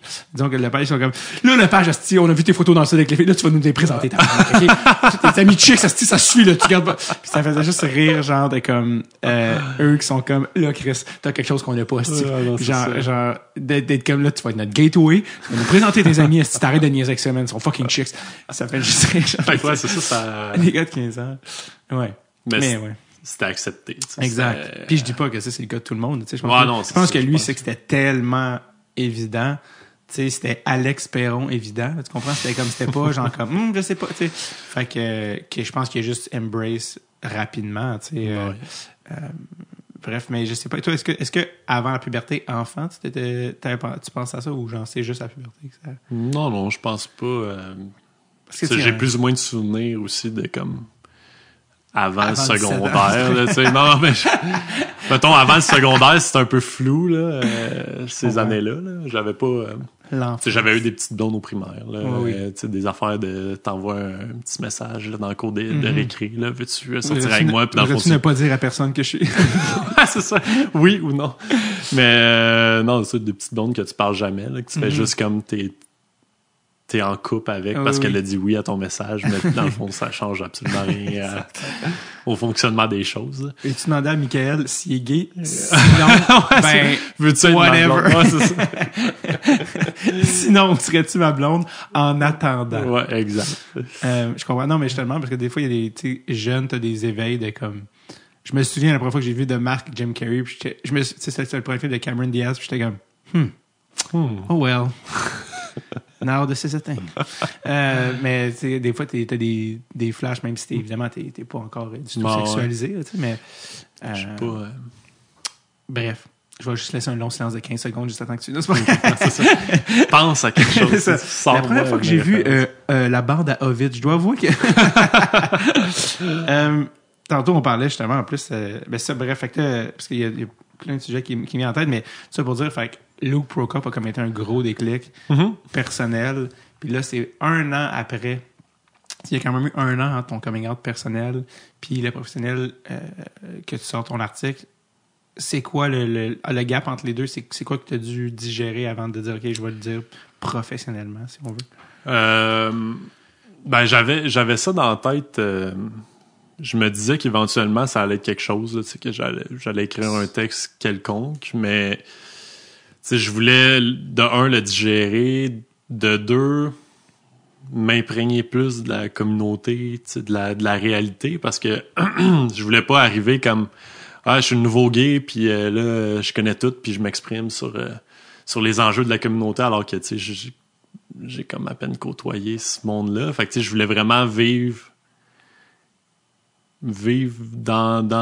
ouvertement dans la communauté, m'imprégner de ça, vraiment connaître les luttes, ce qui était problématique, tout ça. Je voulais pas prendre la parole sans vraiment directement après. Puis, tu sais, je m'étais pas mis un deadline d'1 an. Là, c'était pas clair quand j'allais le faire. Puis je me souviens... J'ai pas encore fait de la formation. Excusez, je suis pas prêt. J'ai pas mes grades. Mes grades de la communauté LGBT. En fait, c'est que chaque grade, c'est une des couleurs de l'arc-en-ciel. C'est juste quand t'es rendu... À la fin, tu peux t'exprimer sur le sujet. Mais ça me trottait dans la tête. Puis je me souviens, on était à Edmonton pour les séries. Je me souviens plus. Bubble. Non, c'était pas Bubble. Ah non, parce que... C'est l'année 2021. Fait que Edmonton jouait contre... ils ont perdu en 4, je pense. Ben, c'était contre Vegas. Non, la finale cette année-là, c'était... Parce que c'est Dallas. Non, parce que c'est l'année que les Canadiens sont allés en finale contre non, ça, c'est l'autre année d'après. C'est l'été... Hey, je suis mêlé dans mes... Non, c'est 2022. C'est ça, toi, c'est 2022. L'été 2022, les Oilers étaient en série. Ouais. Contre une équipe, puis ils ont perdu en 4. Ils ont perdu contre Colorado. Ah ben oui. En 4. Colorado. Ils allaient gagner la coupe. Ouais, c'est ça. Mais j'ai répondu trop rapidement pour un humain qui est supposé être normal. Colorado! Puis j'étais à Edmonton, puis j'étais avec Marc-André Perrault de TVA Sport. Oui. Puis un après-midi, il dit « Ah, viens, on va aller jogger, tu sais, sur le bord de la rivière, puis tout. » Puis là, parle jase, puis là, je dis « Tu sais, j'aimerais peut-être ça, faire ça, mais j'ai peur, tu sais, je suis pas quelqu'un qui... Là, on parle de moi, là, mais tu sais, je suis pas quelqu'un dans la vie qui aime ça, attirer le spotlight, puis comme...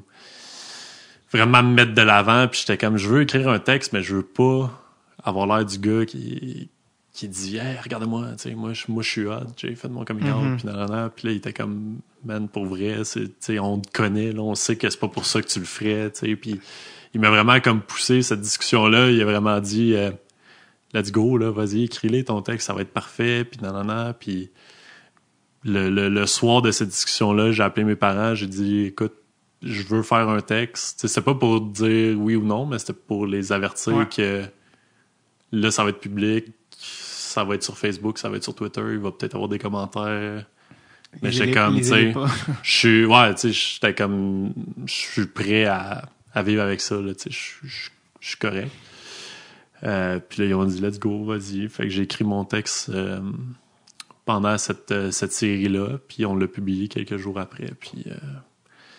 c'est ça. Ça a été un peu le processus. C'est juste que j'avais vraiment... Je voulais pas que ça paraisse comme le gars qui veut attirer l'attention parce que, tu sais, mon histoire est différente dans le sens où je suis dans le hockey, mais mon histoire est pas unique. Là.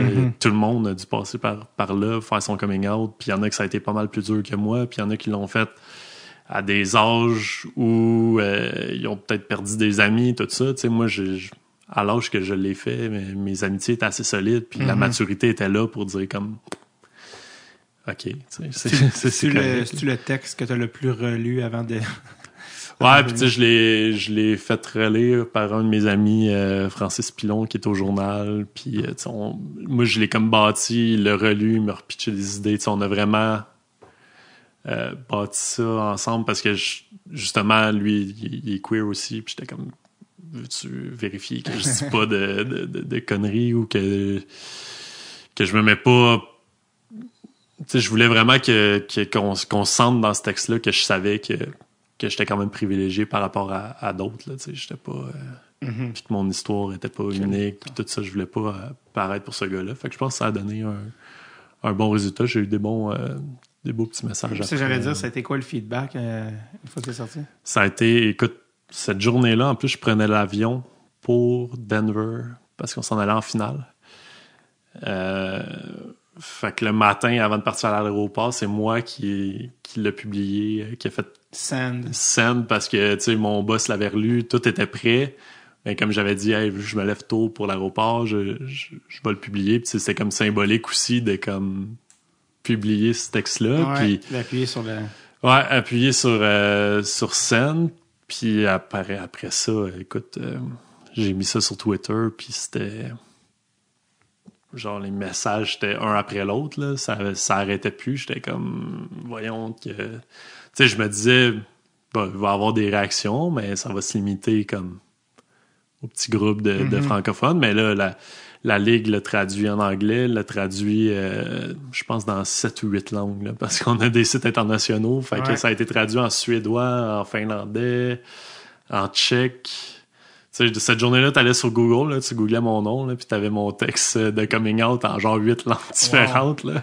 J'étais comme, OK, v'là un an, v'là un an, il y a personne qui le savait, puis là, t'es traduit dans plein de pays, puis... Fait que, non, cette journée-là, ça a été... puis en plus, avec l'avion, il a fallu que je mette mon sel comme à off pendant 4-5 heures. Ouais. Ben, bonne chose, mais en même temps, j'étais comme, tu sais, j'aimais ça, voir que sûr qu'il n'y ait pas, que ça dérape pas ou qu'il n'y ait pas de commentaires désobligeants. T'as pas acheté le Wi-Fi dans l'avion? Non, ça m'a tenté, mais j'étais comme, regarde, je vais prendre une petite pause de 4-5 heures, puis là, quand je l'ai réouvert, ben là, il y avait des demandes d'entrevue, puis décider ça. Fait que, tu sais, mon tweet a comme eu 1,5 million d'impressions là, dans la journée. Ça avait, puis c'était le texte le plus lu sur NHL.com cette journée-là, en anglais.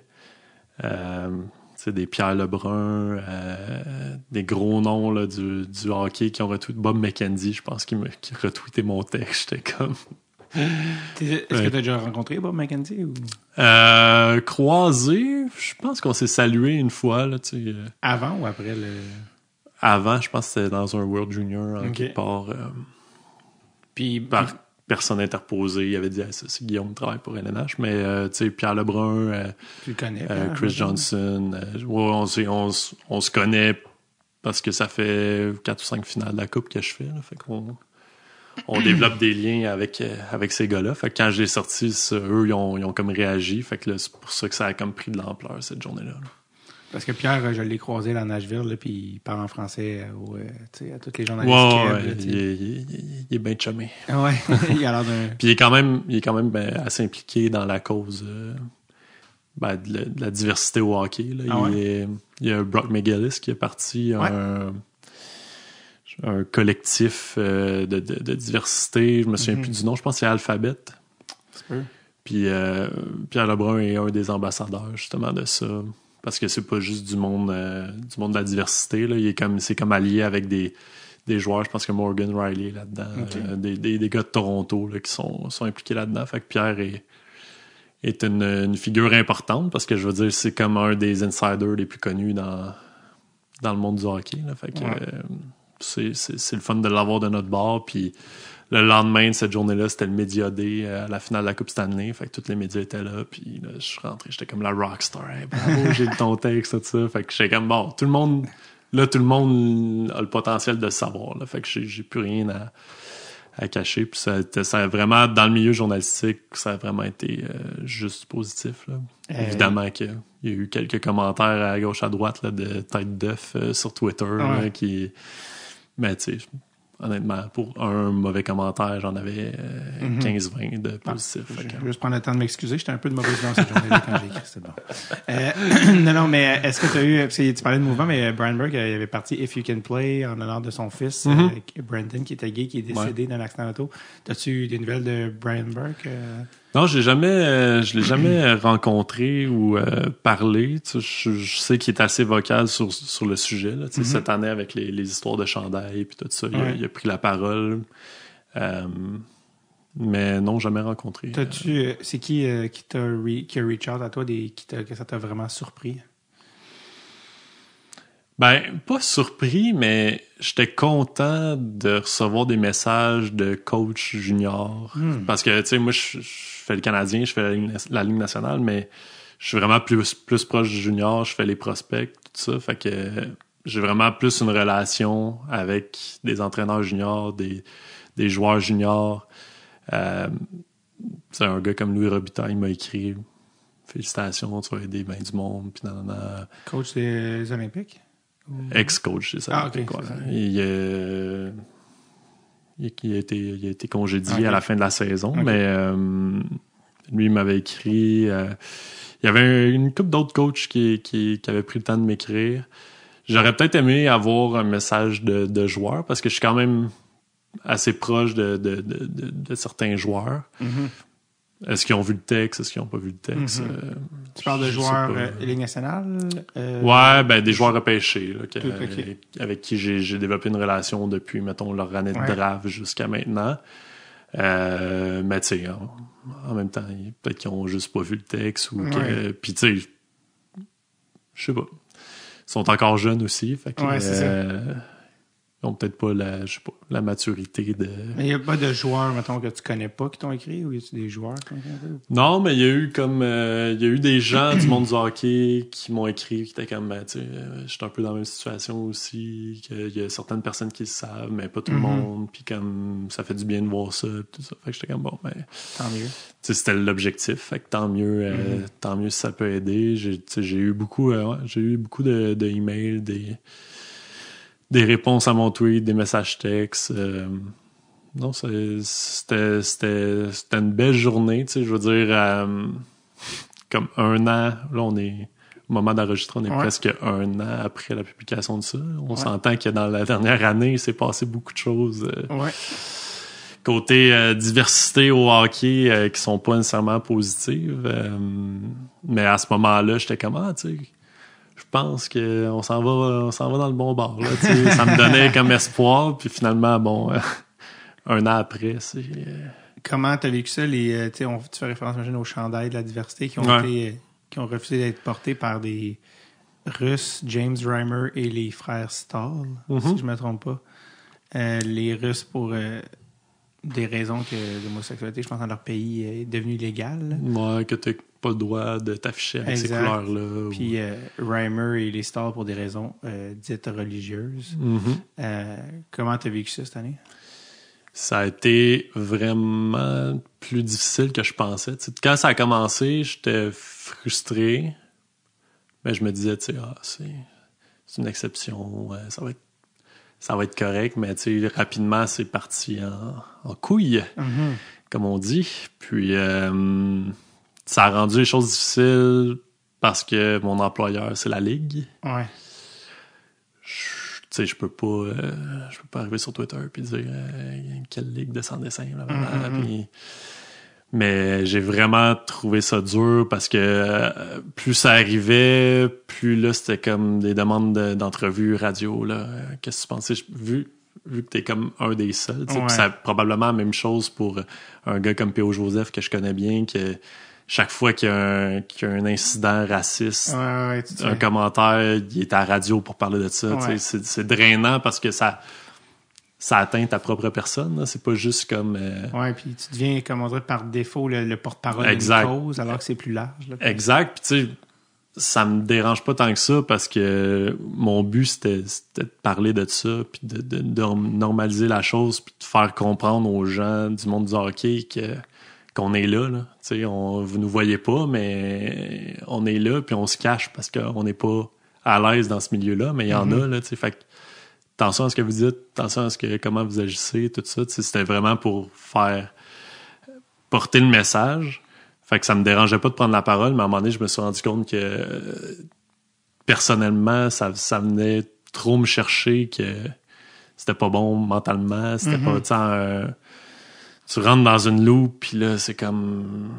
Tu te lèves pour aller au travail, mais t'es comme, OK... Genre, là, je parle à un gars, je fais un texte sur lui pour dire qu'il est bon, puis qu'il est beau, puis qu'il est fort, puis... Mais ce gars-là, il me méprise-tu? Tu sais, tu le sais pas, là. Là, c'est comme... On dirait que je me disais... On est rendu à l'autre étape. Autant je me disais ça il y a 1 an, que là, je me disais... OK, je suis encore... vulnérable. Il y a encore des gens dans ces vestiaires-là qui sont comme, c'est un choix, puis ils décident de vivre de même, puis moi, c'est contre mes valeurs, puis puis qui ont une opinion sur l'orientation sexuelle des gens. Là, c'est comme normalisé d'avoir une opinion sur l'orientation sexuelle, comme si c'était un choix, justement.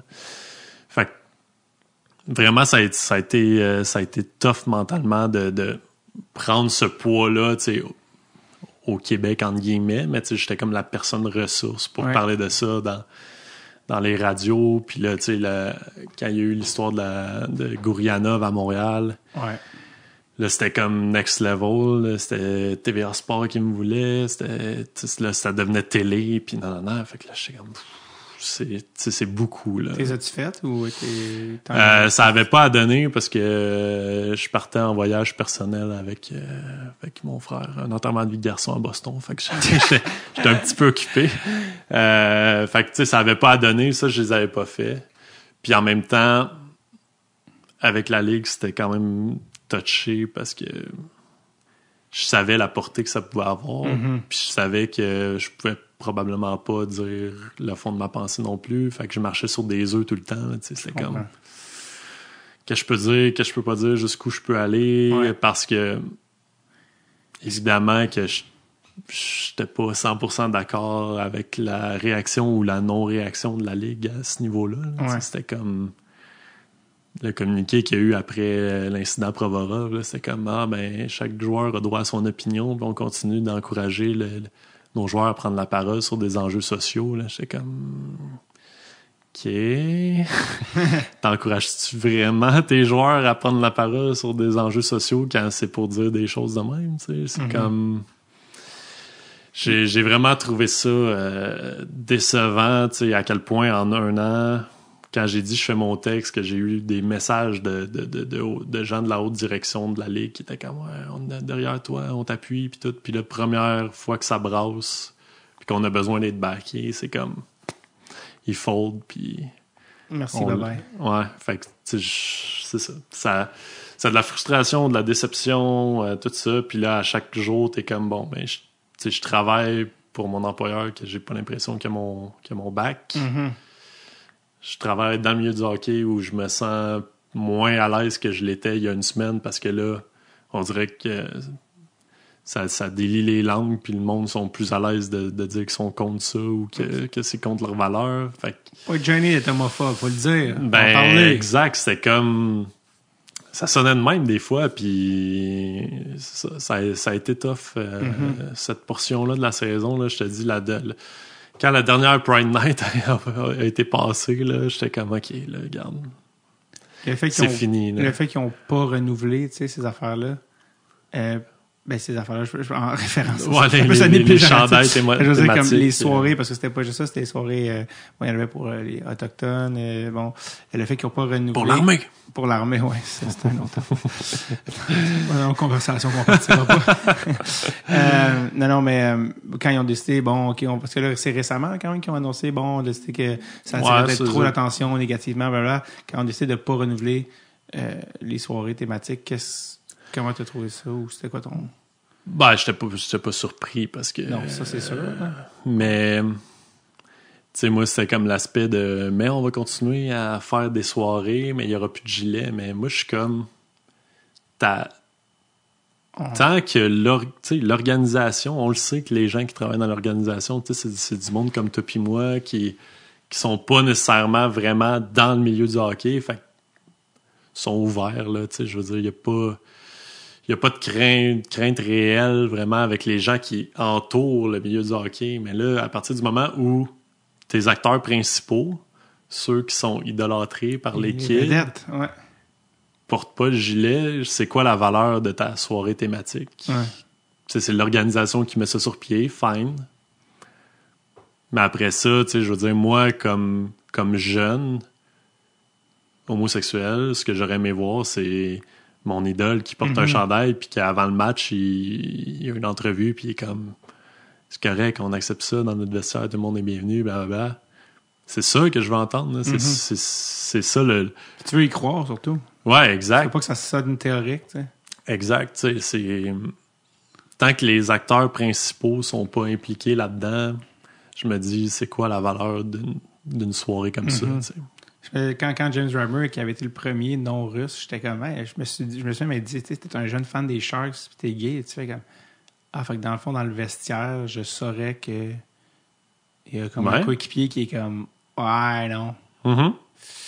Puis tu sais, les chances sont que dans l'organisation des Sharks, il y en a probablement un.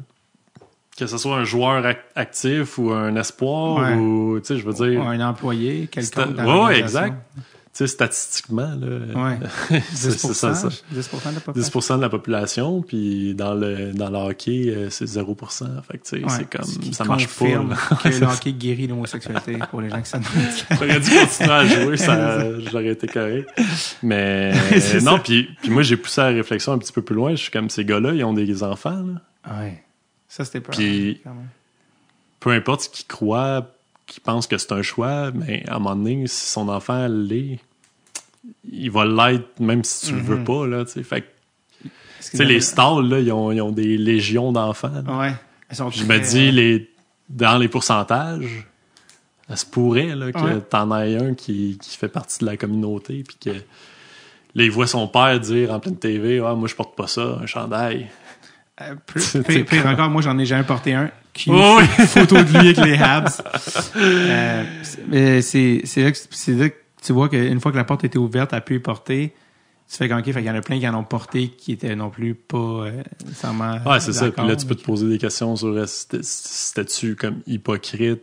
Y crois-tu vraiment? OK, mais moi, je pense que, tu sais, le message est fort quand même quand les joueurs le portent, peu importe ce qu'ils pensent vraiment, mais là, c'est juste que se sont sentis confortables de dire qu'ils étaient contre ça. Mais tu sais, on s'entend, là, moi, je respecte les croyances religieuses, mais je trouve que ça n'a pas rapport...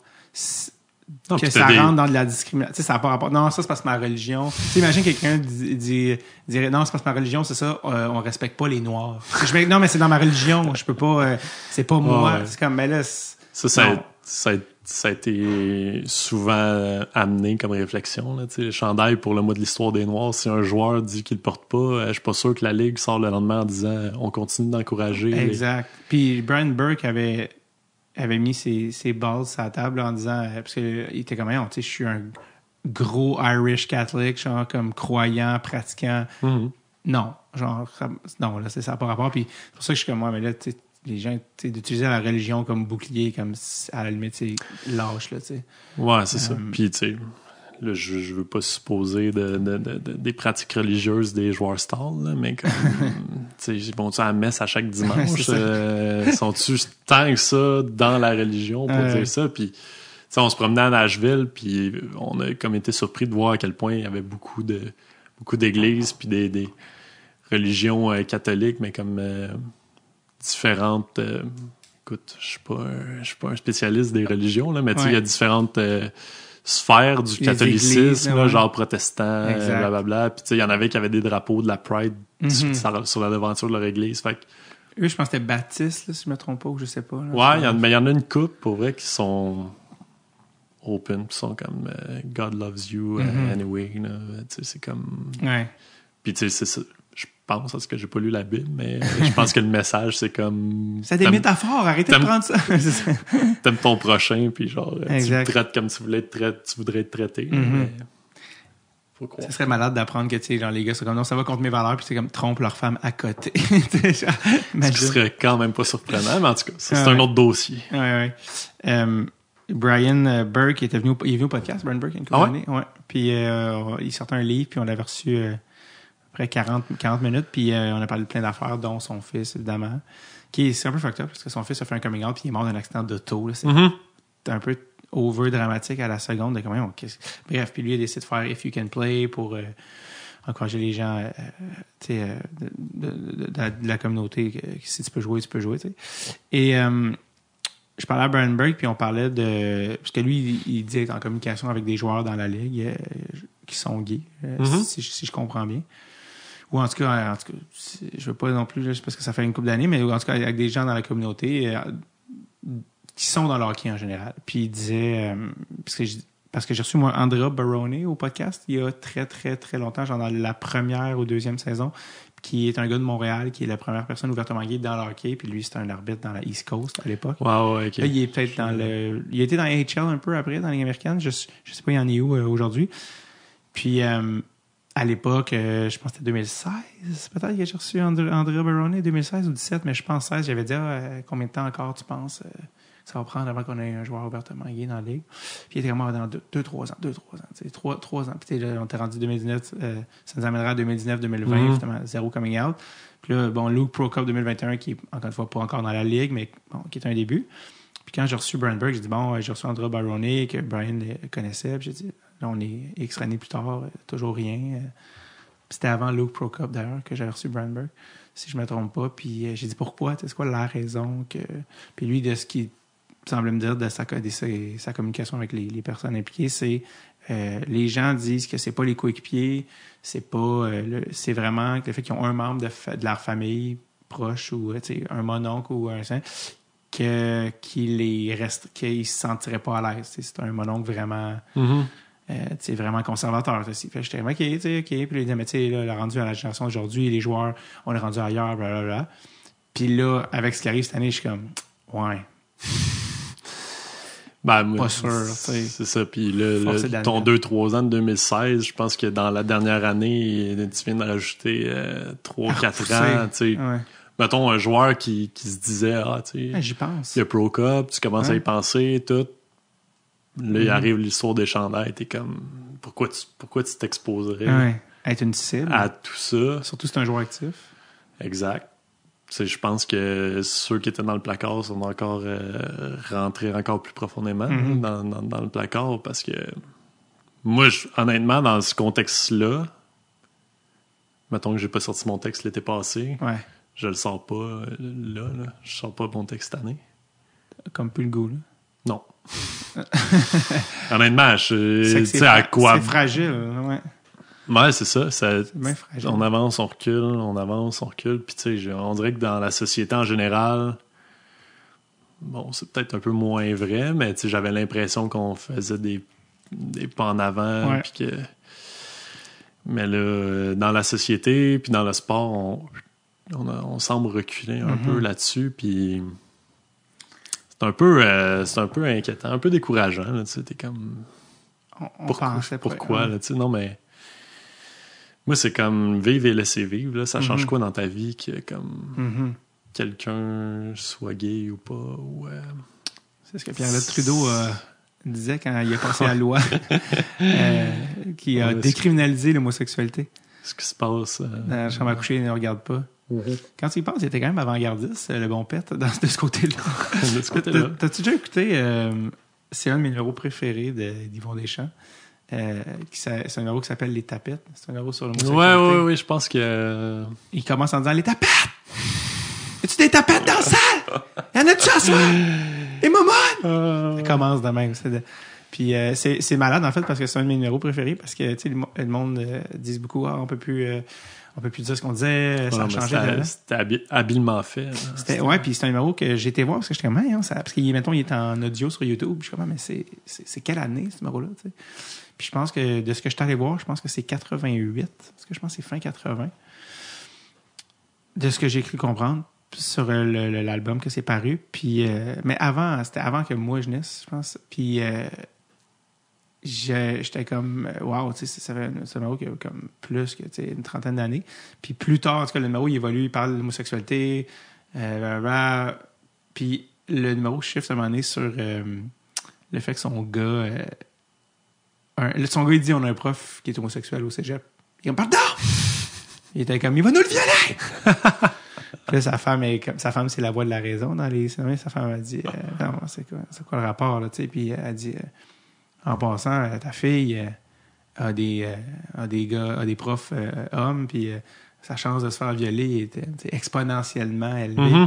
J'ai dit, oui, c'est une fille, elle est élevée pour recevoir Nathan. Bon. Non, c'est des agaces! Et là, tu sais, puis c'est drôle parce qu'aujourd'hui, mettons, le terme culture du viol existe, mais à l'époque, ce mot-là n'existait pas, mais c'est de ça qu'ils parlent. Puis quand le monde dit, ils pourraient plus dire, je pense que c'est plus d'actualité que quand il l'a fait il y a 30 ans, de comme, lui, il faisait des jokes là-dessus à l'époque, de comme, les filles, ça, par exemple, c'est pas grave, hein, tu sais, il y en a comme tout le temps. Puis elle est habituée. Exactement. Non, tu le pas. Non, c'est parce que les filles agacent. Les agacent. Puis il y a une joke, il dit galez les agaces, galez. Puis il dit, ma femme, elle s'est fait sauter dessus. Ma femme, elle s'est fait sauter dessus. C'est vous ce qu'elle fait parce que c'est une inconsciente. Ma femme, écoutez ce qu'elle a fait. Elle s'est promenée. Écoutez ça. Écoutez comment elle est folle. Il dit, elle marchait seule le soir avec une robe. Une folle. C'est une folle. Tu peux pas guérir ça facilement. Et là, c'est incroyable. Fait que s'il y en a qui n'ont pas eu la chance d'écouter Les Tapettes, numéro qui est sur YouTube en audio. Mais bref, qui a... certains diraient mal vieilli, mais probablement très bien vieilli, mais pour des raisons des fois tristes. Qu'est-ce que je vais te demander? Ah oui, on parlait de Brian Burke, les trucs. Ah oui, c'est ça, j'allais te demander si, sachant que c'est sûr qu'il y a des joueurs homosexuels, y a-tu des gars dans la Ligue nationale que tu sais qui sont gays? Évidemment, sans nommer de nom. Non, absolument pas. Puis, tu sais, je me disais peut-être qu'en faisant mon texte, que ça allait ouvrir la porte à, tu sais, quelqu'un qui veut raconter son histoire ou quelque chose, je veux dire... Il voit mon texte, puis il sait qu'il y a comme une oreille attentive, mais pour vrai, j'ai eu aucun message. Peut-être, tu sais, éventuellement, c'est quand même connu que je suis ouvertement homosexuel. Fait que si quelqu'un veut raconter son histoire, quelqu'un qui écoute le podcast. Qui joue dans la Ligue nationale. Oui, c'est ça. Non, mais... non, tu sais, honnêtement, je ferais pas ça pour avoir le scoop, puis, tu sais, je ferais ça pour... Justement, je serais tellement content qu'il y en ait un autre qui le fasse, puis qui prenne la parole, puis qui s'expose, entre guillemets, tu sais, à tout ça. Parce que plus on peut comme ça partager un peu le poids des choses. Tu sais, je l'ai vécu à plus petite échelle. Là, tu sais, je peux même pas imaginer Luke Prokop, là, le nombre de features qui étaient faites. Tu sais, la première année qu'il est allé à Coupe Memorial, là, c'était l'année de son coming out. Il est allé à la Coupe Memorial à la fin de cette saison-là. Il est retourné cette année, d'ailleurs. Ouais, il avait fait 2 fois. Puis, c'est le nombre d'entrevues qu'il a donné là-dessus. Puis, à un moment donné, même lui, il a dit, tu sais, j'aimerais mieux ça, parler de hockey, que tout le temps revenir à ça. Tu deviens le poster boy d'une cause. Exact, là, ça devient lourd à porter. Fait que, tu sais, s'il y en a d'autres, ben, tant mieux. Puis, tu sais, moi, j'avais espoir que ça devienne... qu'il y ait un effet d'entraînement après Luke Prokop. C'est pas venu, mais... c'est comme il y a comme eu l'inverse. Ouais, c'est ça.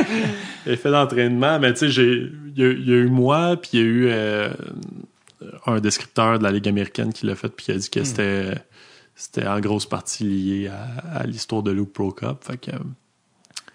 Mais c'est ça, c'est que ça amène à... au moins ça de gagner. C'est ça que je pense que tu parles dans ton texte qu'on n'a pas nommé encore, mais qui je pense qu'il est important de dire, c'est le fameux mot là, qui est représentativité, que je sais plusieurs font comme « Ah oui, on sait bien », mais je pense que c'est dur, puis pour beaucoup d'hétérosexuels ou de gens qui font partie de la majorité, de comprendre à quel point c'est important de te voir, de te voir représenté pour les mêmes raisons que que la petite sirène soit noire. Je sais pas si t'as vu, là, quand j'avais montré les bandes annonces à des petites filles noires, ils étaient comme, hey, comme moi, comme, j'existe, tu sais, à travers, tu sais, c'est très important puis juste le fait que ça a eu l'effet sur toi, tu sais, t'es un homme adulte, puis le fait qu'un jeune fasse ça, t'as quand même fait, crème, ok, ça se peut. Tu sais, imagine sur des jeunes, sur des prochaines générations, l'impact que ça peut avoir. Puis c'est pour ça que je l'ai fait moi aussi. Là. C'était ma motivation première. J'étais comme une représentation. Là. Du coup, on continue. Mais c'est parce que c'est banalisé par beaucoup de gens. Je pense qu'ils font comme, oui, mais à quel point, ça nous regarde pas, là, tu sais, c'est personnel. Exact. Puis j'en ai eu des commentaires quand je l'ai fait, puis c'était comme, on s'en fout, tu sais, continue à écrire, puis tout. Mais comme, je veux dire, je le fais premièrement parce qu'il y en a pas beaucoup dans le hockey. Tu sais, je veux dire, dans un milieu comme... je sais pas moi, des milieux très ouverts comme les arts et tout ça, là, je veux dire, ça serait pas une histoire là, parce que c'est comme c'est ouvert puis c'est inclusif puis non, mais dans le milieu du hockey, oui, je pense qu'il faut, c'est important que tu montres qu'on montre qu'on est là puis qu'on existe. Puis, tu sais, j'écoutais, je te disais ça, j'écoutais le podcast que tu as fait avec Catherine Harvey-Pinard, puis elle parlait aussi de la représentation, tu sais, pour elle, de voir Chantal quand elle grandissait, puis puis elle disait que même maintenant, il y a des petites filles, tu sais, elle racontait une anecdote qu'une maman qui a dit merci d'être là, tu sais, à un moment donné, parce que sa fille est à l'aréna, puis elle disait, il y a juste des gars, puis Catherine disait, tu sais, elle me remercier comme d'être là, puis... T'sais, on peut jouer aussi, même si on est des filles, puis même si on est homosexuel, tout ça. C'est une roue qui tourne, là. C'est important de se voir. Puis je pense que pour pour la prochaine génération. Tu sais, on dit souvent que bon, ceux qui sont à l'adolescence en ce moment, c'est comme plus accepté, c'est plus. Mais il y a une raison pour ça. Là. Il y en a plus. On en voit à la télévision. Il y a des rôles d'homosexuels. C'est comme plus normalisé. Fait puis tu sais, c'est drôle parce que ma grand-mère est en haut de 90 ans. Là, puis ouais, j'avoue, elle, comment elle a fait ça? Ben, c'est ça, tu sais, moi, c'est la mère à mon père, puis j'avais dit à mon père, tu sais, d'un coup, qu'il y aurait comme une mauvaise réaction, je veux pas vivre ça, tu sais, je veux pas que ça brise comme la relation. Fait que j'ai dit, tu sais, tu peux la préparer, comme, y annoncer, puis tout, puis finalement, comme, le lendemain, elle m'appelait, puis c'est bien correct, puis genre, je t'aime comme t'es, puis elle dit, tu sais, elle, elle s'est rabattue comme sur la télévision parce qu'elle écoute la télé, elle a son programme, puis elle dit, tu sais, on en voit plein à la télé, là, il y a lui aussi, là, puis non, puis là, elle nommait non, puis tout ça, ben, tu sais, c'est important aussi pour ça aussi, là, plus les gens, même s'ils font pas partie de la communauté, qui en voient à la télévision, puis que ça soit normal, ben, ça fait comme être, c'est des gens comme nous, là, au final, ça change rien dans la vie de personne. On les accepte comme ils sont, puis let's go, tout le monde dans le même bateau, puis fait que c'est important, tout ça, toute cette notion-là. Ouais, c'est ça, c'est pas juste versus les gens qui sont homosexuels aussi, c'est la communauté, la société en général. Plus ils voient ça, plus ils voient de personnes racisées à l'écran, plus ils voient, tu sais, c'est comme ça devient normal. Ouais. C'est comme qu'est-ce que tu penses qu'il manque pour qu'un joueur se sente assez en confiance? Bon, j'ai l'impression qu'on vient d'en nommer 1000 raisons, mais... Qu'est-ce qui manque? Pour qu'un joueur... Honnêtement, c'est tellement pour vrai... Tu sais, puis j'essaie de l'expliquer des fois comme... Tu sais, j'ai jamais vécu d'homophobie... directement dans le hockey, quelqu'un qui me dit « Ah non, moi, je te parle pas. » parce que, Puis je pense pas que je vais le vivre à un moment donné parce que j'ose espérer que les gens ont une certaine conscience ou une certaine gêne avant de passer à cette étape-là, mais... Je pense que ça serait plus subtil parce que ça serait trop obvious. Ouais, c'est ça, mais comme... C'est un feeling général quand t'es dans un milieu masculin, ultra macho, ultra... C'est comme, je sais pas, c'est comme si c'était dans une bulle. Puis que tu sens que t'as pas vraiment ta place là parce que tu corresponds pas au standard de la masculinité qui est véhiculé par ce milieu-là. Fait que c'est comme juste un dôme au-dessus qui te fait sentir mal, mais sans qu'il y ait de gestes directs qui sont posés, là. T'as juste l'impression que t'es peut-être pas à ta place parce que t'es différent des autres. Fait que quand tu dis qu'est-ce qui manque, ça revient au changement de culture que doit opérer le hockey en général, mais tu pars de où, là?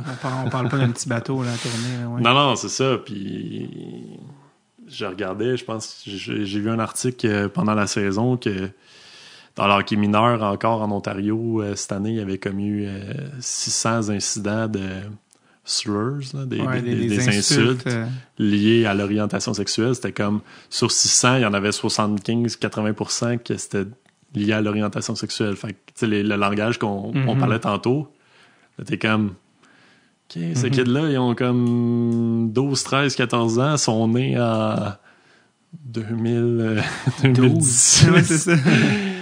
Puis ça continue, là. C'est comme... C'est la culture. C'est la roue qui tourne. T'embarques là-dedans. T'es une gang de gars.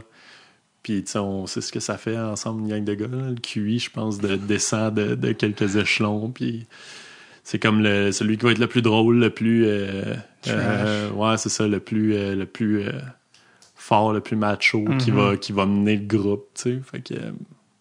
C'est la culture en général. C'est ça qui manque, mais je pense que si on attend après ça, on va attendre longtemps. Tu sais, je pense que plus il y a de gars comme Luke Prokop qui vont décider de s'affirmer ouvertement.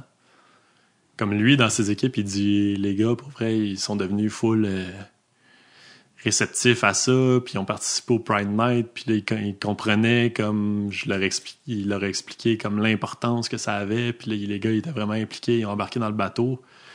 Fait que, tu sais, ça change de l'interne, la culture. Là. Je pense que c'est ça ce qui manque. Je pense que c'est juste le courage qu'il y en ait 2, 3, 4, 5 qui le fassent, qu'ils soient dans différentes équipes, puis que là, dans chaque équipe, il y a un petit changement de culture qui s'opère.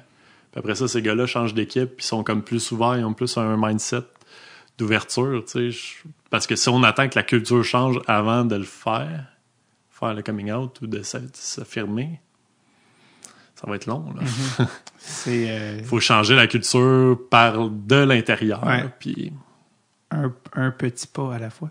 Andrew Barone disait justement quand il était dans la East Coast puis qu'il entendait des slurs, des insultes raciales ou homophobes, il allait voir le gars et disait vous pouvez vous parler, mais la seule affaire qui n'est pas tolérée, c'est les insultes homophobes. Ah, qu'est-ce pourquoi tu dis ça? C'est parce que je suis gay. Puis là, la personne elle reste bête, tu sais. Ouais, c'est ça. C'est ça. Tu traites tout le monde de faggot, puis... Puis le gars, il est mal, tu sais, parce qu'il est comme... Non, mais je vais pas dans ce sens-là, dans le sens... exact, c'est tout le temps... Ah, mais c'est pas dans le sens. Ouais, ça. Puis là, tu sais, plus tard, puis il disait que c'est fou comment les gars venaient le voir, plus tard, excuse, vraiment désolé, là, je m'excuse, puis... Ben, c'est ça. Mais quand tu sais qu'il y en a dans ton entourage, là, tu fais attention, puis là, tu t'intéresses à l'autre parce que t'es comme, hey, c'est mon coéquipier, genre, je vais lui poser des questions, je vais savoir comment ça se passe, puis tout ça, puis... Ouverture d'esprit, un peu. Exact. C'est ça qui t'amène vers l'autre, là. C'est pas... Je te demandais si tu en connaissais des joueurs, parce que j'avais lu un blog, il y a une couple d'années, sur Internet, je sais pas, je le retrouve, mais où c'était comme un blog anonyme, je pense qu'il parlait de joueurs homosexuels dans le national, tu sais, puis qui se cachaient, puis de sortir dans un bar gay sur la route, de cacher un gars dans la chambre d'hôtel, cogner à la porte, le coach tape le gars en dessous du lit ou dans le garde-robe qui est là pendant que le coach... C'est quand même ironique de remettre un gars dans le garde-robe. L'image est forte. Mais, tu sais, puis ultimement, je sais pas là, si c'est vrai ou pas, mais c'est genre d'affaire que je serais vraiment comme curieux de comme, oh my god, tu sais, vraiment... En même temps... C'est sûr que oui. C'est sûr que c'est arrivé un moment ou un autre. C'est ça, mais est-ce que les gars prennent des chances à ce point-là? C'est ça, je sais pas, tu sais. Souvent aussi, je serais pas étonné que des gars dans l'équipe savent ça pour d'autres joueurs, si jamais, tu sais, mais jamais personne va hâter personne avec raison. Mais autre affaire random que je voulais dire, mais sur Reddit, ton texte avait été sharé sur Reddit Hockey. Puis quand j'ai vu ça, c'est drôle, comme c'est une suite de commentaires où comme, parce que c'était genre French, nanana, puis là, c'est juste 8 commentaires sur... Mais il est pas vraiment français, il est canadien. Mais là, c'est comme 8 commentaires sur OK, c'est ça, je me demandais, y a-t-il beaucoup de Français européens? Puis ça vient juste un long chiffre sur... Mais il y a actually French Canadian. Ça fait rire que c'est comme juste beaucoup de pression sur... Non, ça, en fait, l'erreur, c'est que... Non, il est en fait francophone, mais de... Ça fait c'est juste là-dessus, mais tous les commentaires sont pas sur le fait... Pas sur le sujet. Pas sur l'article. Ouais, je l'avais vu sortir, puis j'étais pas allé voir ce qui s'était écrit, parce que, tu sais... Reddit / blog anonyme, je suis comme tu sais, ça peut être... J'ai un épisode de sous-écoute de Mike Ward qui est sorti hier auquel j'ai participé, puis c'est comme un running gag avec Boris de comme va jamais lire les commentaires YouTube de ton épisode de sous-écoute. Évidemment, j'ai été pour parce que ça me fait vraiment rire là, pour être honnête là. Quelqu'un qui écrit ton David Bocage, non, t'es comme tu réponds oui. Oui, exact. En majuscule, t'es comme bon, on se calme. Est-ce que j'arrête de passer à travers parce que je pense qu'on a tellement sauté. C'est ça, t'as ta liste de questions, mais tu commences à tourner tes pages. J'ai tourné aucune page depuis le début parce qu'on a juste comme sauté d'une roche. On a jasé. Et on a jasé, puis on a touché à tout, ce que j'ai l'impression. Qu'on a parlé, tu sais, avec ta marque hockey mineur, on a tout parlé de ça.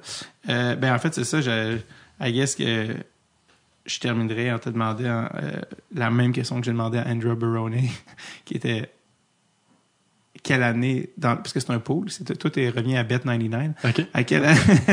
C'est quoi les cotes, là? Exact. À Vegas, c'est 1000 contre. Ouais, quand tu penses qu'on pourrait avoir le coming out d'un joueur, est-ce que ce gars-là va être Luke Prokop? C'est le premier joueur ouvertement gay à jouer? Ou est-ce qu'on va avoir quelqu'un avant? J'y souhaite. Ou un ancien joueur, par exemple. Ça se pourrait. Un gars qui a joué NHL. Qui dit... Ouais, tu sais, un ancien joueur qui est... Mais c'est toujours Encore là, mieux quelqu'un qui est comme... qui est actif, mais encore là, ancien joueur, j'allais dire, si c'était si facile, quelqu'un l'aurait peut-être fait fuck all, sweet, zéro, personne ne l'a dit. Non, c'est ça qui est bizarre, même après la carrière, que personne fasse comme elle. C'est parce que aussi l'affaire, c'est que les joueurs qui sont souvent gays ont des femmes et des enfants. Là. C'est pas juste comme un aussi, vieux garçon ça, comme hey, regardez ce qui se passe avec Bob. Ça comme, peut être... c'est plus subtil que ce qu'on pense. Combien d'années? C'est une excellente question. Moi, je pense que cette année, ça n'a pas été bon pour celui qui pensait le faire, mais je sais pas, je veux dire, on est 2023. Si on met, mettons, 2025, un beau chiffron, là, d'ici 2025, au moins un autre que Luke Prokop. Dans le hockey en général, aussi, on parle même pas juste Ligue nationale. Ben, Ligue nationale, ce serait mieux. C'est vraiment le premier choix. Là. Mais, ouais, je sais pas. Pour vrai, j'ai l'impression qu'on a vraiment fait des pas de recul cette année. Là. Je dis 2 ans, mais si c'était mon cas, je suis pas sûr que je me sentirais à l'aise de le faire d'ici 2 ans avec tout ce qui s'est passé. Mais tu sais, ça dépend aussi de l'environnement. Là. Si t'es dans une équipe que tu sens que la vibe est bonne, puis tout, puis que t'es confortable, ça se peut que ça arrive aussi, là, puis que tu fasses comme fuck you, genre je le fais, puis peu importe les réactions. Ça peut arriver, mais j'ai comme moins espoir ces temps-ci. Je pense que ça va plus continuer à se faire autour de... Comme moi, je me considère en périphérie. Je travaille dans le hockey, mais je suis plus côté média. Là. Fait que dans le côté média, je suis pas le seul. Dans le hockey, peut-être, là, mais... Pendant longtemps, mon rêve, c'est que, parce que tu sais, Crosby cache full sa vie personnelle avec sa femme. Pendant longtemps, j'étais comme, please, si Crosby est gay, on enraye de comme 58% d'homosexualité comme dans le hockey. Parce qu'on est comme, calé, ça se dit. Ouais, c'est ça, puis il nous torche tout. Ouais, c'est il faut que mon gars soit gay.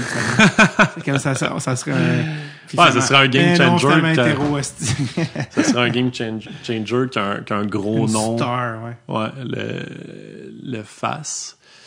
Mais tu sais, c'est tellement, comme tu disais, c'est tellement facile pour ces gars-là de le cacher parce que, je veux dire, il y a probablement une liste de numéros de filles qui peuvent appeler. Puis se marier avec eux à 22 ans, avoir 3 enfants, puis un chien, genre, tu sais, c'est comme... Puis vivre un broke back la fin de semaine. C'est ça. Sa route, là, bien obscure, mais non, c'est comme... J'ai l'impression que c'est vraiment facile pour ces gars-là de jouer la game parce qu'ils ont une... Ah oui, ils ont des opportunités de camouflage. Exact. Pour revenir à toi, NHL.com, qu'est-ce qu'on te souhaite pour la suite? Parce que ça, tantôt tu as parlé, c'est quand même particulier parce que toi, les autres gars sur le beat sont pour des médias, ils écrivent pour le journal, ils ont un peu un genre de côté éditorial. Est-ce que tu trouves ça limitant de travailler pour la Ligue nationale dans ton contenu? Dans mon contenu, je sais qu'il y a des sujets qu'on n'aborde pas, là, les commotions cérébrales, tout ça. Ça c'est certain que c'est des dossiers qui sont comme en cours avec la Ligue. Fait que, nous, on se tient loin de ça, mais j'étais à Presse canadienne avant, puis le gros de ma job relié au hockey, c'est que je faisais des features sur les espoirs pour le repêchage. Fait que, je veux dire, c'est à ce niveau-là... Pas censuré dans ce contexte-là. Non, ça, à ce niveau-là, je change pas mon approche pour autant... Parce que je raconte le parcours d'un joueur. Ça change pas que je sois à LNH.com ou au Journal de Montréal ou peu importe. On va poser les mêmes questions. Fait que dans le gros de mon travail, c'est pas limitant. Puis honnêtement, dans l'état actuel des choses, côté média, j'ai l'impression que je suis quand même bien placé parce qu'on a les moyens de voyager, tout ça, alors que les médias coupent de plus en plus dans les voyages, dans la couverture sur place et tout ça. Fait que c'est ce qu'on me souhaite, je veux dire, je sais pas, peut-être trouver l'équilibre comme entre la personne que je suis, ma job dans le hockey. C'est un combat perpétuel, surtout dans des situations comme cette saison, là, où t'es comme on attaque un peu mon identité en tant que personne. Puis il faut quand même que genre je parle de ces gars-là, puis que je dise qu'ils ont scoré, puis que fait que, tu sais, ça devient un peu confrontant à ce chapitre-là. Mais tu sais, je souhaite plus que LNH.com ou tu sais que le hockey arrête de reculer, du moins, là, Ouais. qui pèse sur le break du côté recul, puis qu'on se remette un peu à travailler ensemble pour avancer, être un petit peu plus diversifié. Tu sais, je pense qu'il y a des initiatives qui sont prises dans ce sens-là, mais est-ce que c'est 100% sincère ou c'est pour montrer que... J'ai aimé Jordan Harris qui a collé la bullshit. Là. Mm-hmm. Ouais, sais-tu? puis tu sais, Connor McDavid aussi l'a fait. Récemment, il était au draft, je pense. À la soirée des trophées. NHL Awards, ouais. Qu'est-ce qu'il a dit? Je n'ai pas vu. C'est mon collègue Josh Clipperton de la presse canadienne, CP, qui a posé la question sur l'annulation des soirées thématiques. Puis il a dit qu'il était déçu, puis que pour eux, à Edmonton, c'était comme une cause importante, puis puis que si ça avait été leur choix à eux, ils auraient continué, tu sais, puis qu'il n'y en avait pas de problème. Puis... Fait que, tu sais, au moins que des vedettes s'opposent, entre guillemets, ou qui montrent qu'ils sont pas d'accord avec la décision de la Ligue, moi, je vois ça d'un œil positif, là, tu sais. C'est pas tout le monde... Parce que là, on parle d'une poignée de gars qui ont émis leur opinion cette saison, mais il y en a plein d'autres qui le mettaient puis qui n'avaient pas de problème, là. Fait que, tu sais, si des joueurs vedettes comme ça prennent la parole puis essayent de faire avancer les causes puis qu'on se remette à avancer, ben, ce sera ça mon souhait pour le hockey, parce que si c'est fait au plus haut niveau, ben après ça découle sur les ligues en dessous, dans le junior, dans le hockey mineur. C'est comme ça que le changement de culture va commencer à s'opérer, mais il y a encore beaucoup de travail à faire. On se croise les doigts pour que Connor Bedard soit complètement gay. Malheureusement, on ne peut pas se fier là-dessus. Merci vraiment, Guillaume. Ça fait plaisir. Merci ouais, j'allais dire my big gay friend. Mais si on n'a pas expliqué l'histoire. Mon histoire préférée de 2000. Faudrait quand même l'expliquer. Parce que là, je suis comme, c'est sûr que ça finit weird, mais je pense que c'est un des plus gros rires de 2023. Vas-y, c'est une petite histoire. On était au bar à Nashville, puis je vois mon collègue qui est mon ancien boss aussi, Harpin Bassou, qui est venu sur le podcast. Exact. Et qui est adorable. Ouais, c'est ça. Puis Harpin avait connu une bonne soirée au bar, puis il m'avait pas vu encore. Puis quand j'y ai fait signe de la main, il s'est levé, puis il a comme crié en plein milieu du bar, « Hey, my big gay friend! » Puis en voulant me faire un câlin, il a renversé la moitié de sa bière sur le gars à qui il parlait. C'était un moment magique. Puis après ça, j'ai raconté l'histoire le lendemain. Ça a été, et depuis ça, là, chaque fois que je le vois, je suis comme Guillaume, my big gay friend. Ces mots-là, un à la suite de l'autre, avec autant de bonne foi, my big gay friend. Genre, est-ce que c'est dans le sens que t'es très grand ou que t'es très homosexuel? Je sais pas. Faudrait poser la question. Réinvite Harpin puis un peu chaud d'air. la question. J'adore. My big gay. Je pense que c'est le titre de l'épisode.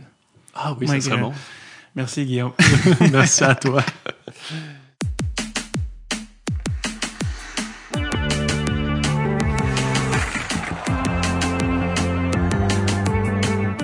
Merci Guigui d'être passé au podcast. Merci également Fred Levac. Oui, c'est lui qui fait le montage, qui a fait le jingle Dread sur le tape. Également Amélia McGuire Saint-Onge et Hugo Reich. Merci les amis au booking à Dread sur le tape. Et surtout, merci à vous les cocos de revenir semaine après semaine pour ces rencontres auxquelles vous virtuellement prenez part.